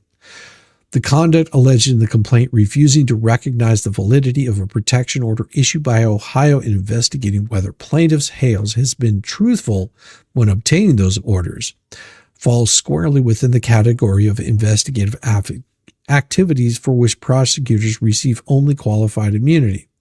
His email explicitly states his intention to investigate whether he committed perjury in this petition for a protection order. This investigative function is not entitled to absolute immunity under well-established precedent. Similarly, when the 11th Circuit, when a prosecutor obtains and reviews subject's public driver's license records, such conduct may be properly characterized as investigative rather than prosecutorial. Defendant Owens was not acting as an advocate for the state in a judicial proceeding, but rather was investigating potential perjury. Defendant Owens concedes he was only investigating. Mr. Owens sent an email shows that he was investigating the Ohio court's jurisdiction over the restrained parties. Defendant Owens' request for the petition filed by plaintiff's Hales to determine if he had committed perjury is an investigative function. So basically what he's saying is it's okay to reach out to say, for example, you live in Tennessee, you drive to Florida, you're speeding, and they want to see your driver's license, and they reach out to the state to say, is this, by using a computer system or whatever, and say, is this a valid driver's license? And it comes back and shows that it's not a valid driver's license. They're not going to get in trouble for confirming that this is a valid driver's license, as compared to you reaching out to the state and saying, well, did they pass their driving test? I don't believe that they passed their driving test. That would be completely out of their scope, because now they're investigating whether you passed your driving test or not. Whenever you just have the driver's license, the decision's already been finalized. Yes, you passed your driver's test, and as compared to, well, but this isn't a valid driver's license because the numbers don't match up. We have no record of the person in our system. Big difference as compared to going and say, well, did they even pass their driver's test? That's what they're trying to do. Is you can't do this. That's digging a little too deep. Even if the defendant Owen is not entitled to absolute immunity, he argues that he is protected under qualified immunity. Well, this argument also fails because it shields government officials from liability only when their conduct does not violate clearly established constitutional rights. Defendant Owen's refusal recognition of the validity of the protection orders issued by an Ohio court and ignoring the same violates clearly established federal law. Under federal law, any protection order issued is consistent with that subsection. It shall be enforced. Full faith and credit clause is implemented. Statutes require states to respect it. Furthermore, defendant Owen's investigation into whether plaintiff Hales committed perjury when obtaining the protection orders in Ohio exceeds his authority. If defendant Owens had concerns about the validity of the protection orders, the proper course would have been to challenge them through established legal channels, not to refuse to ignore them and launch an independent investigation. You're biased to Ferris State University. Go Dogs. I don't know Ferris State University, but if you're talking about Georgia Bulldogs, go Georgia Dogs. His boss must be proud to defend Owens bullcrap, right? Yeah. Merry Christmas, old boy. Yeah. Oh my God. So, conclusion. For this foregoing reason, defendant's motion to dismiss should be denied. Defendant's motion improperly relies on unattached exhibits that cannot be considered by this court under well-established 11th Circuit precedent. Even if this court were to disregard this major defect, the plaintiffs have adequately stated that the claims under 24 U.S.C. that should survive this motion to dismiss. The complaint contains sufficient factual allegations that, when accepted as true and viewed in the light most favorable to the plaintiffs, establish plausible claims for relief based on defendant's failure to give full faith and credit to a valid protection order as required by 18 U.S.C. and for the violation of the plaintiff's due process rights. Furthermore, defendant is not entitled to either absolute prosecutorial immunity or qualified immunity for the conduct alleged in the complaint. Plaintiff's claims are well pleaded and supported by sufficient factual allegations to survive a motion to dismiss under Rule 12b of the Federal Rules of Civil Procedure. That said, should the court grant Owens' motion, it should do so without prejudice to afford plaintiffs an opportunity to amend and address any perceived defects. So if they come back, well, you missed this or you misspelled something, they should be allowed to basically come back and correct that if that's what their basis is. If they say, for example, you misspelled Owens and you spelled it with a double W and that, therefore you fail, they're just saying, well, if there was a defect, let me go ahead and correct that. Wherefore, plaintiffs respectfully request this court deny any defendant's motion to dismiss with prejudice in its entirety. And basically says that it doesn't exceed and that they delivered this on September 12, 2025, filed it with the court. Therefore, they did it in a timely manner because they told them earlier this month, whatever. They knew that they were running on a time crunch and they wouldn't be able to have it done. And I believe they actually filed it even early, just like, give us a little more time to get this completed. I need X amount of days to get this done. And the court granted that. And that's all this is just them responding to Owens' pleading. I believe I read through his pleading. No, I haven't read through his pleading, but it is long and extensive. And I may cover that tomorrow. That was, like I said, somebody was telling me that, and I can't remember who the fool was, but whatever.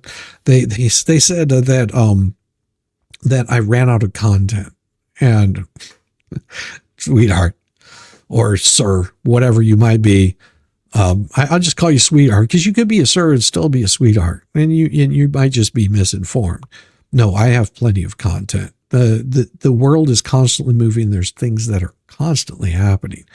I decided to start covering a lot of the Ohio court hearings that happened, the hearings that happened here in the state of, or not here, but down in the state of Florida, I decided to cover those because those I had not reviewed before.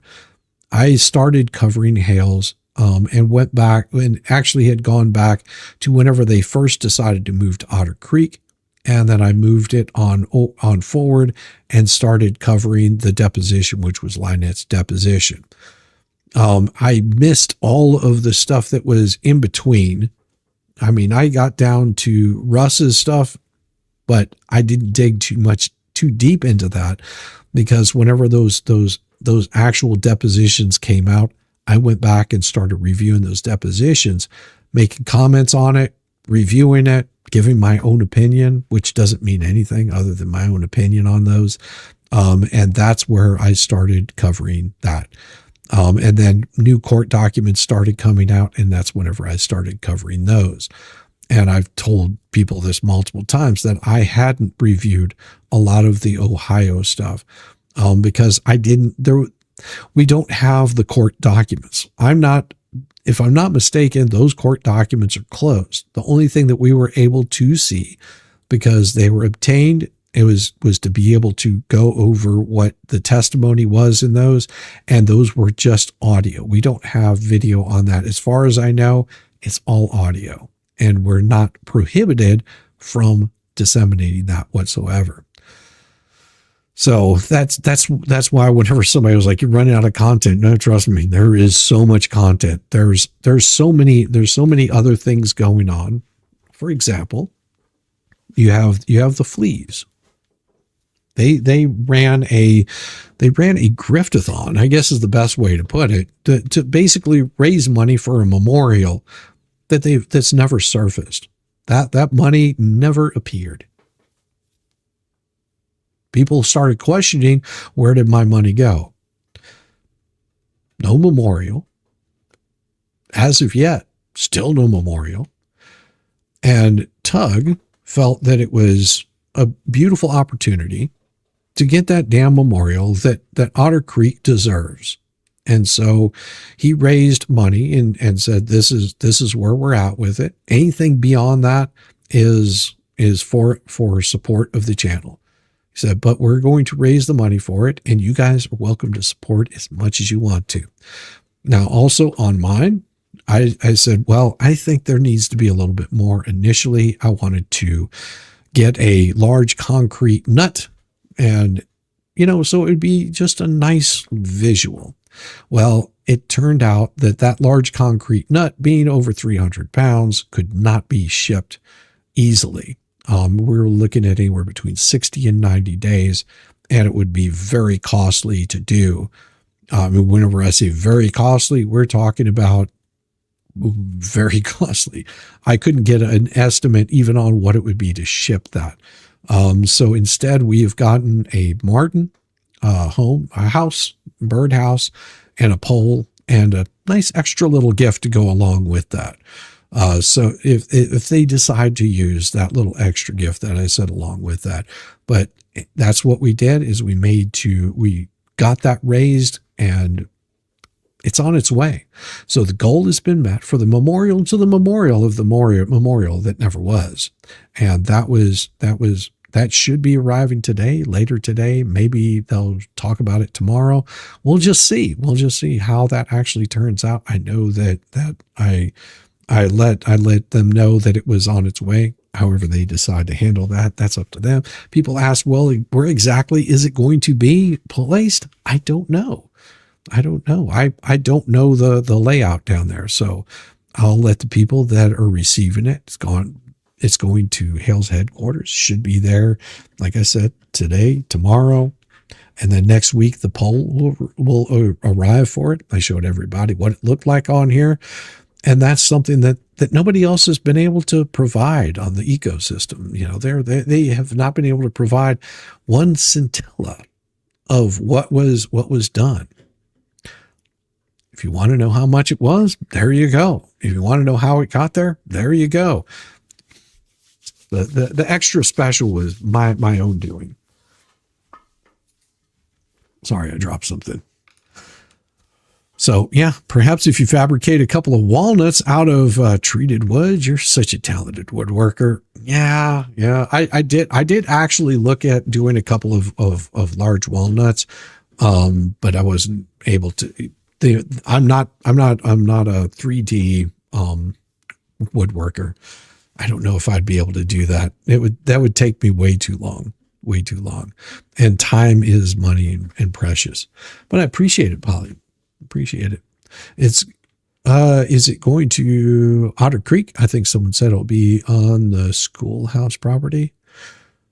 Well, it's going to Hell's headquarters. I know that. If it's on the if it's on the schoolhouse property, I think the schoolhouse property is Otter Creek, if I'm not mistaken. So yeah, it's going to Hell's headquarters in Florida is where it's going. So it got shipped to Otter Creek. Yeah, it should be there in the wherever they're placing the bench. I hope it goes along with that.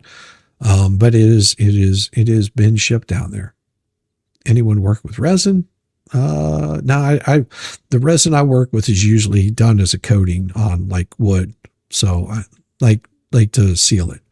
So that's about as much as I do with resin on that. I don't do like resin figurines. I have a 3D printer that I print things out, a 3D printer. I thought about doing something for the littles this year. What was it? A few years back, I did some turtles because the kids are awesome.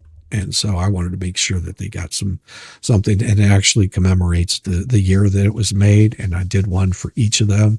And then I did a little baby one for each of them. So that was fun. That was fun. If he mentioned the Florida headquarters, yeah, I'm sorry. It was meant to go to Florida. So there you go. And so they've got a nut bird house that's going to be showing up down there and will be in place as soon as somebody can do it. And people had asked what it looked like, and this is the here. I'll show you what it looks like, because if you go back earlier, you can see exactly what the birdhouse looked like. There it is. See, Marlin house, Martin house. Sorry, keep saying blue marlin. It's Martin house. And that's what it looks like. See, it's got a nice out exterior. It is, there's the dimensions of it, 15 3/4 by 19 by 15 1/4. It'll house 12 martins, and it comes apart so you can get inside there. It has inserts in there. So they got their own individual little rooms. It's got, the way that this is routed out is supposed to help keep out the starlings. I think that's what they're called, starlings. And then it's got inserts that go inside there that can be easily removed for cleaning. Yeah. Yeah. It's a barn dominium, nut house. So there you go. I need that in my yard for the cardinals. Well, see, I don't know if because I think cardinals don't operate like martins. Martins are a very communal bird, so they tend to nest in the same area, and that's why they created these.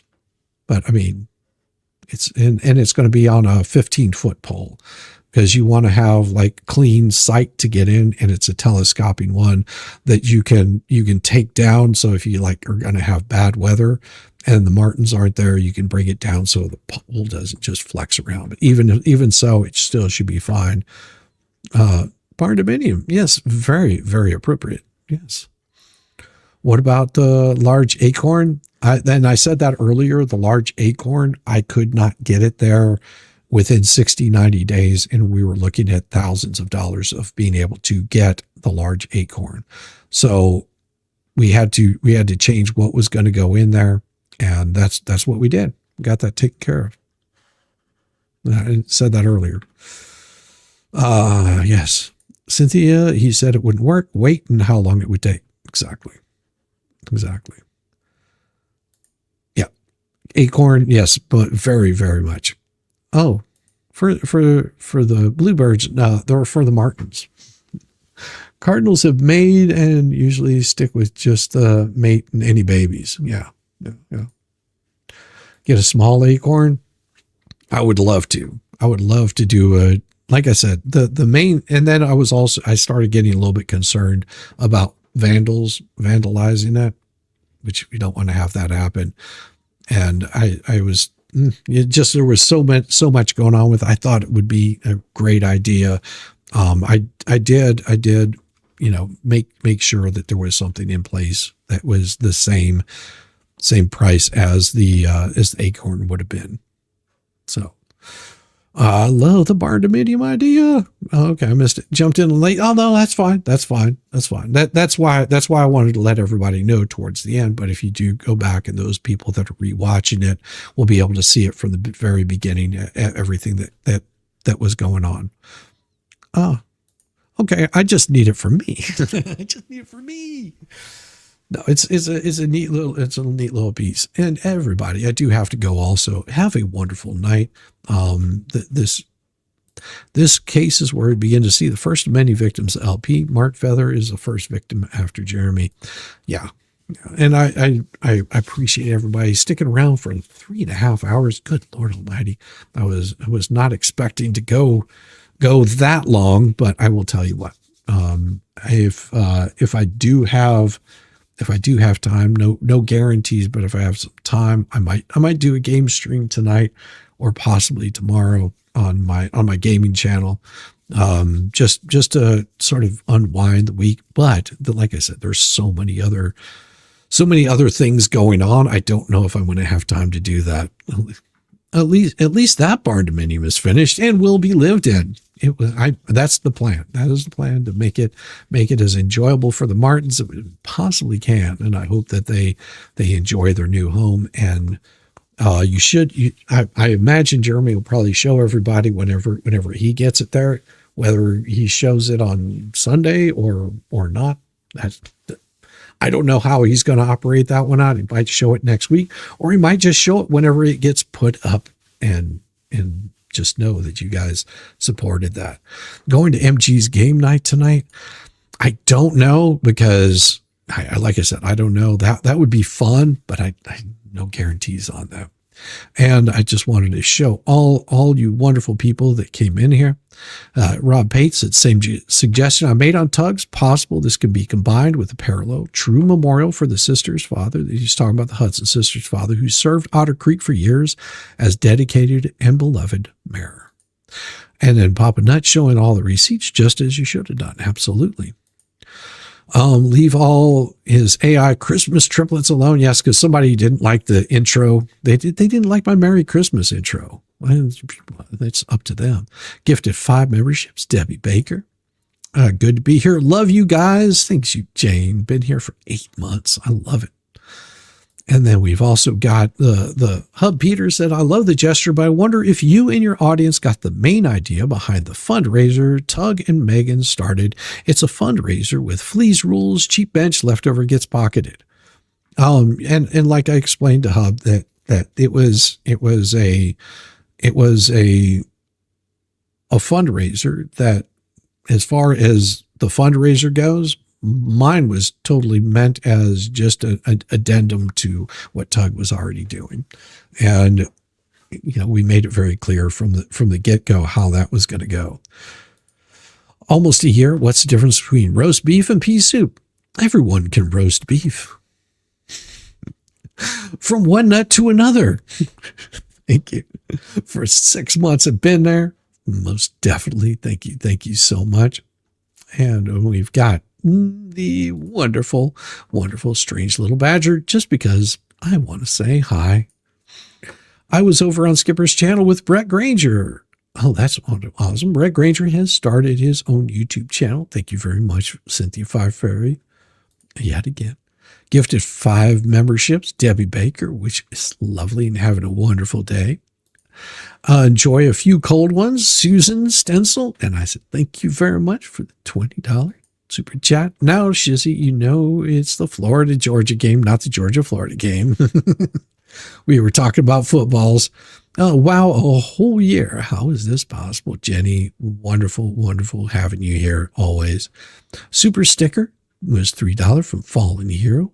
Thank you very much. Merry Christmas and Happy New Year, Luigi's mom. And we do appreciate it. We do appreciate support of the channel.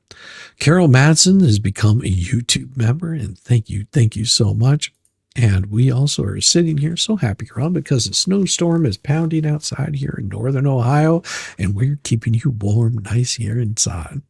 And again, from Kelly B, says, funny, Ohio, 8+ inches in 12 hours today, and then 50s, pouring rain, and Christmas Eve and day. Stay warm, stay safe. This is never fun. Winter sucks. Thank you, Monica. Says, for you and your 4. Appreciate you. And then we've got maybe Monica Kellett says, for you and your 4. That was it. Thank you so much, everybody. Oh, that one just came in for you and your 4. Thank you. I will do wonderful thing. I figured that maybe you meant for my wife, but thank you very much. And yes, we're going out with some friends this evening, and we're going to make sure that I enjoy Christmas, but I enjoy my wife so much more. So it's I always go probably too overboard on my wife around Christmas time. She asked me what I want, and I'm just like, I don't know. I can pretty much whatever. What do you want? Like I like watching my wife, get something that she really enjoys. I got a special little surprise for this year that she wasn't expecting. She always does like a little Christmas list and all that stuff. And so she put some stuff on her Christmas list, and I was like, yeah, that's pretty cool. And then I got one thing that she was asking for, and then I got her something she's not expecting, which I think is going to be awesome. I can't wait to see the look on her face whenever she opens her eyes Christmas morning and sees that. So the guy on her right is the person who does all the research. Can't remember what they're called. Legal assistant, paralegal. But no, I think that person, it was an attorney, Diane, I think. Sorry, hit a bump. Well, that's okay. We forgive you. All right, everybody. If you haven't seen it, I do have a Christmas song up there. It's a Merry Shizzmas, but that's not how we're going to leave you guys. Well, I think we'll leave you with a new. No, I'll leave you with the usual outro. Everybody, have a wonderful evening, wonderful day, and I will see you guys maybe tonight, but most definitely tomorrow. I will do I've been working on something that I want to maybe show you guys. It is the Book of Crook, and I might have another chapter done for you. We shall see. Everybody, peace.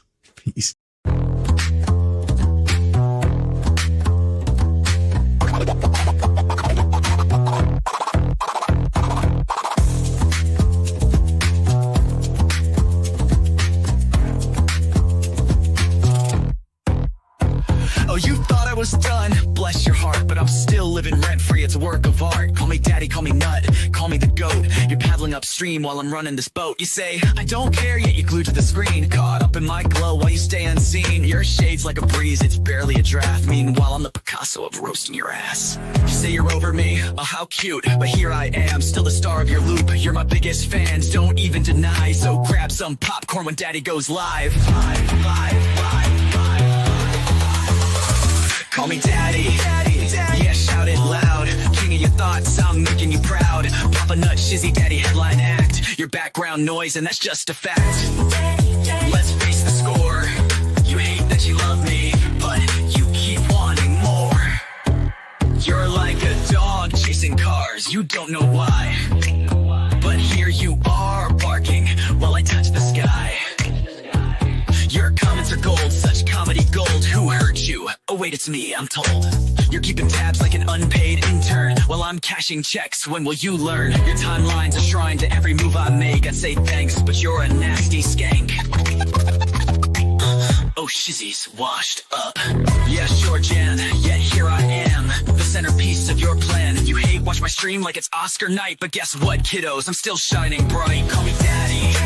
Send in your bread, I'm still rent-free in your effing head. Papa Nut, Shizzy Daddy on your brain. I'm your mental landlord, you can't complain. Let's keep it real. You hate that I'm winning, but you love how it feels. Oh, I'm sorry, did I break your streak? You tried to ignore me for like half a week, but daddy's too spicy, you can't look away. I'm the train wreck you need every single day. So while you're out there with your plastic clout, I'm here sipping coffee watching you freak out. You're irrelevant, wow, what a take. Now go rewatch my vids while I count how much I make. I count how much I make. Call me daddy, yeah, own it now. I'm read in your brain and you don't know how. Pop a nut, shizzy daddy, let's at the bar. I'm the constellation, you're a burned out star. Embrace your role, cause I'm the main character. You're just an old ragged ass, burned out troll. So that's your bedtime story, kids tucked in sweet and snug. Shizzy daddy's forever, you lose and you're stuck in the mud. Now say goodnight to pop a nut, your mental pain. Oh wait, you will see me tomorrow's agenda, will see me tomorrow. Same obsession, same effing thing.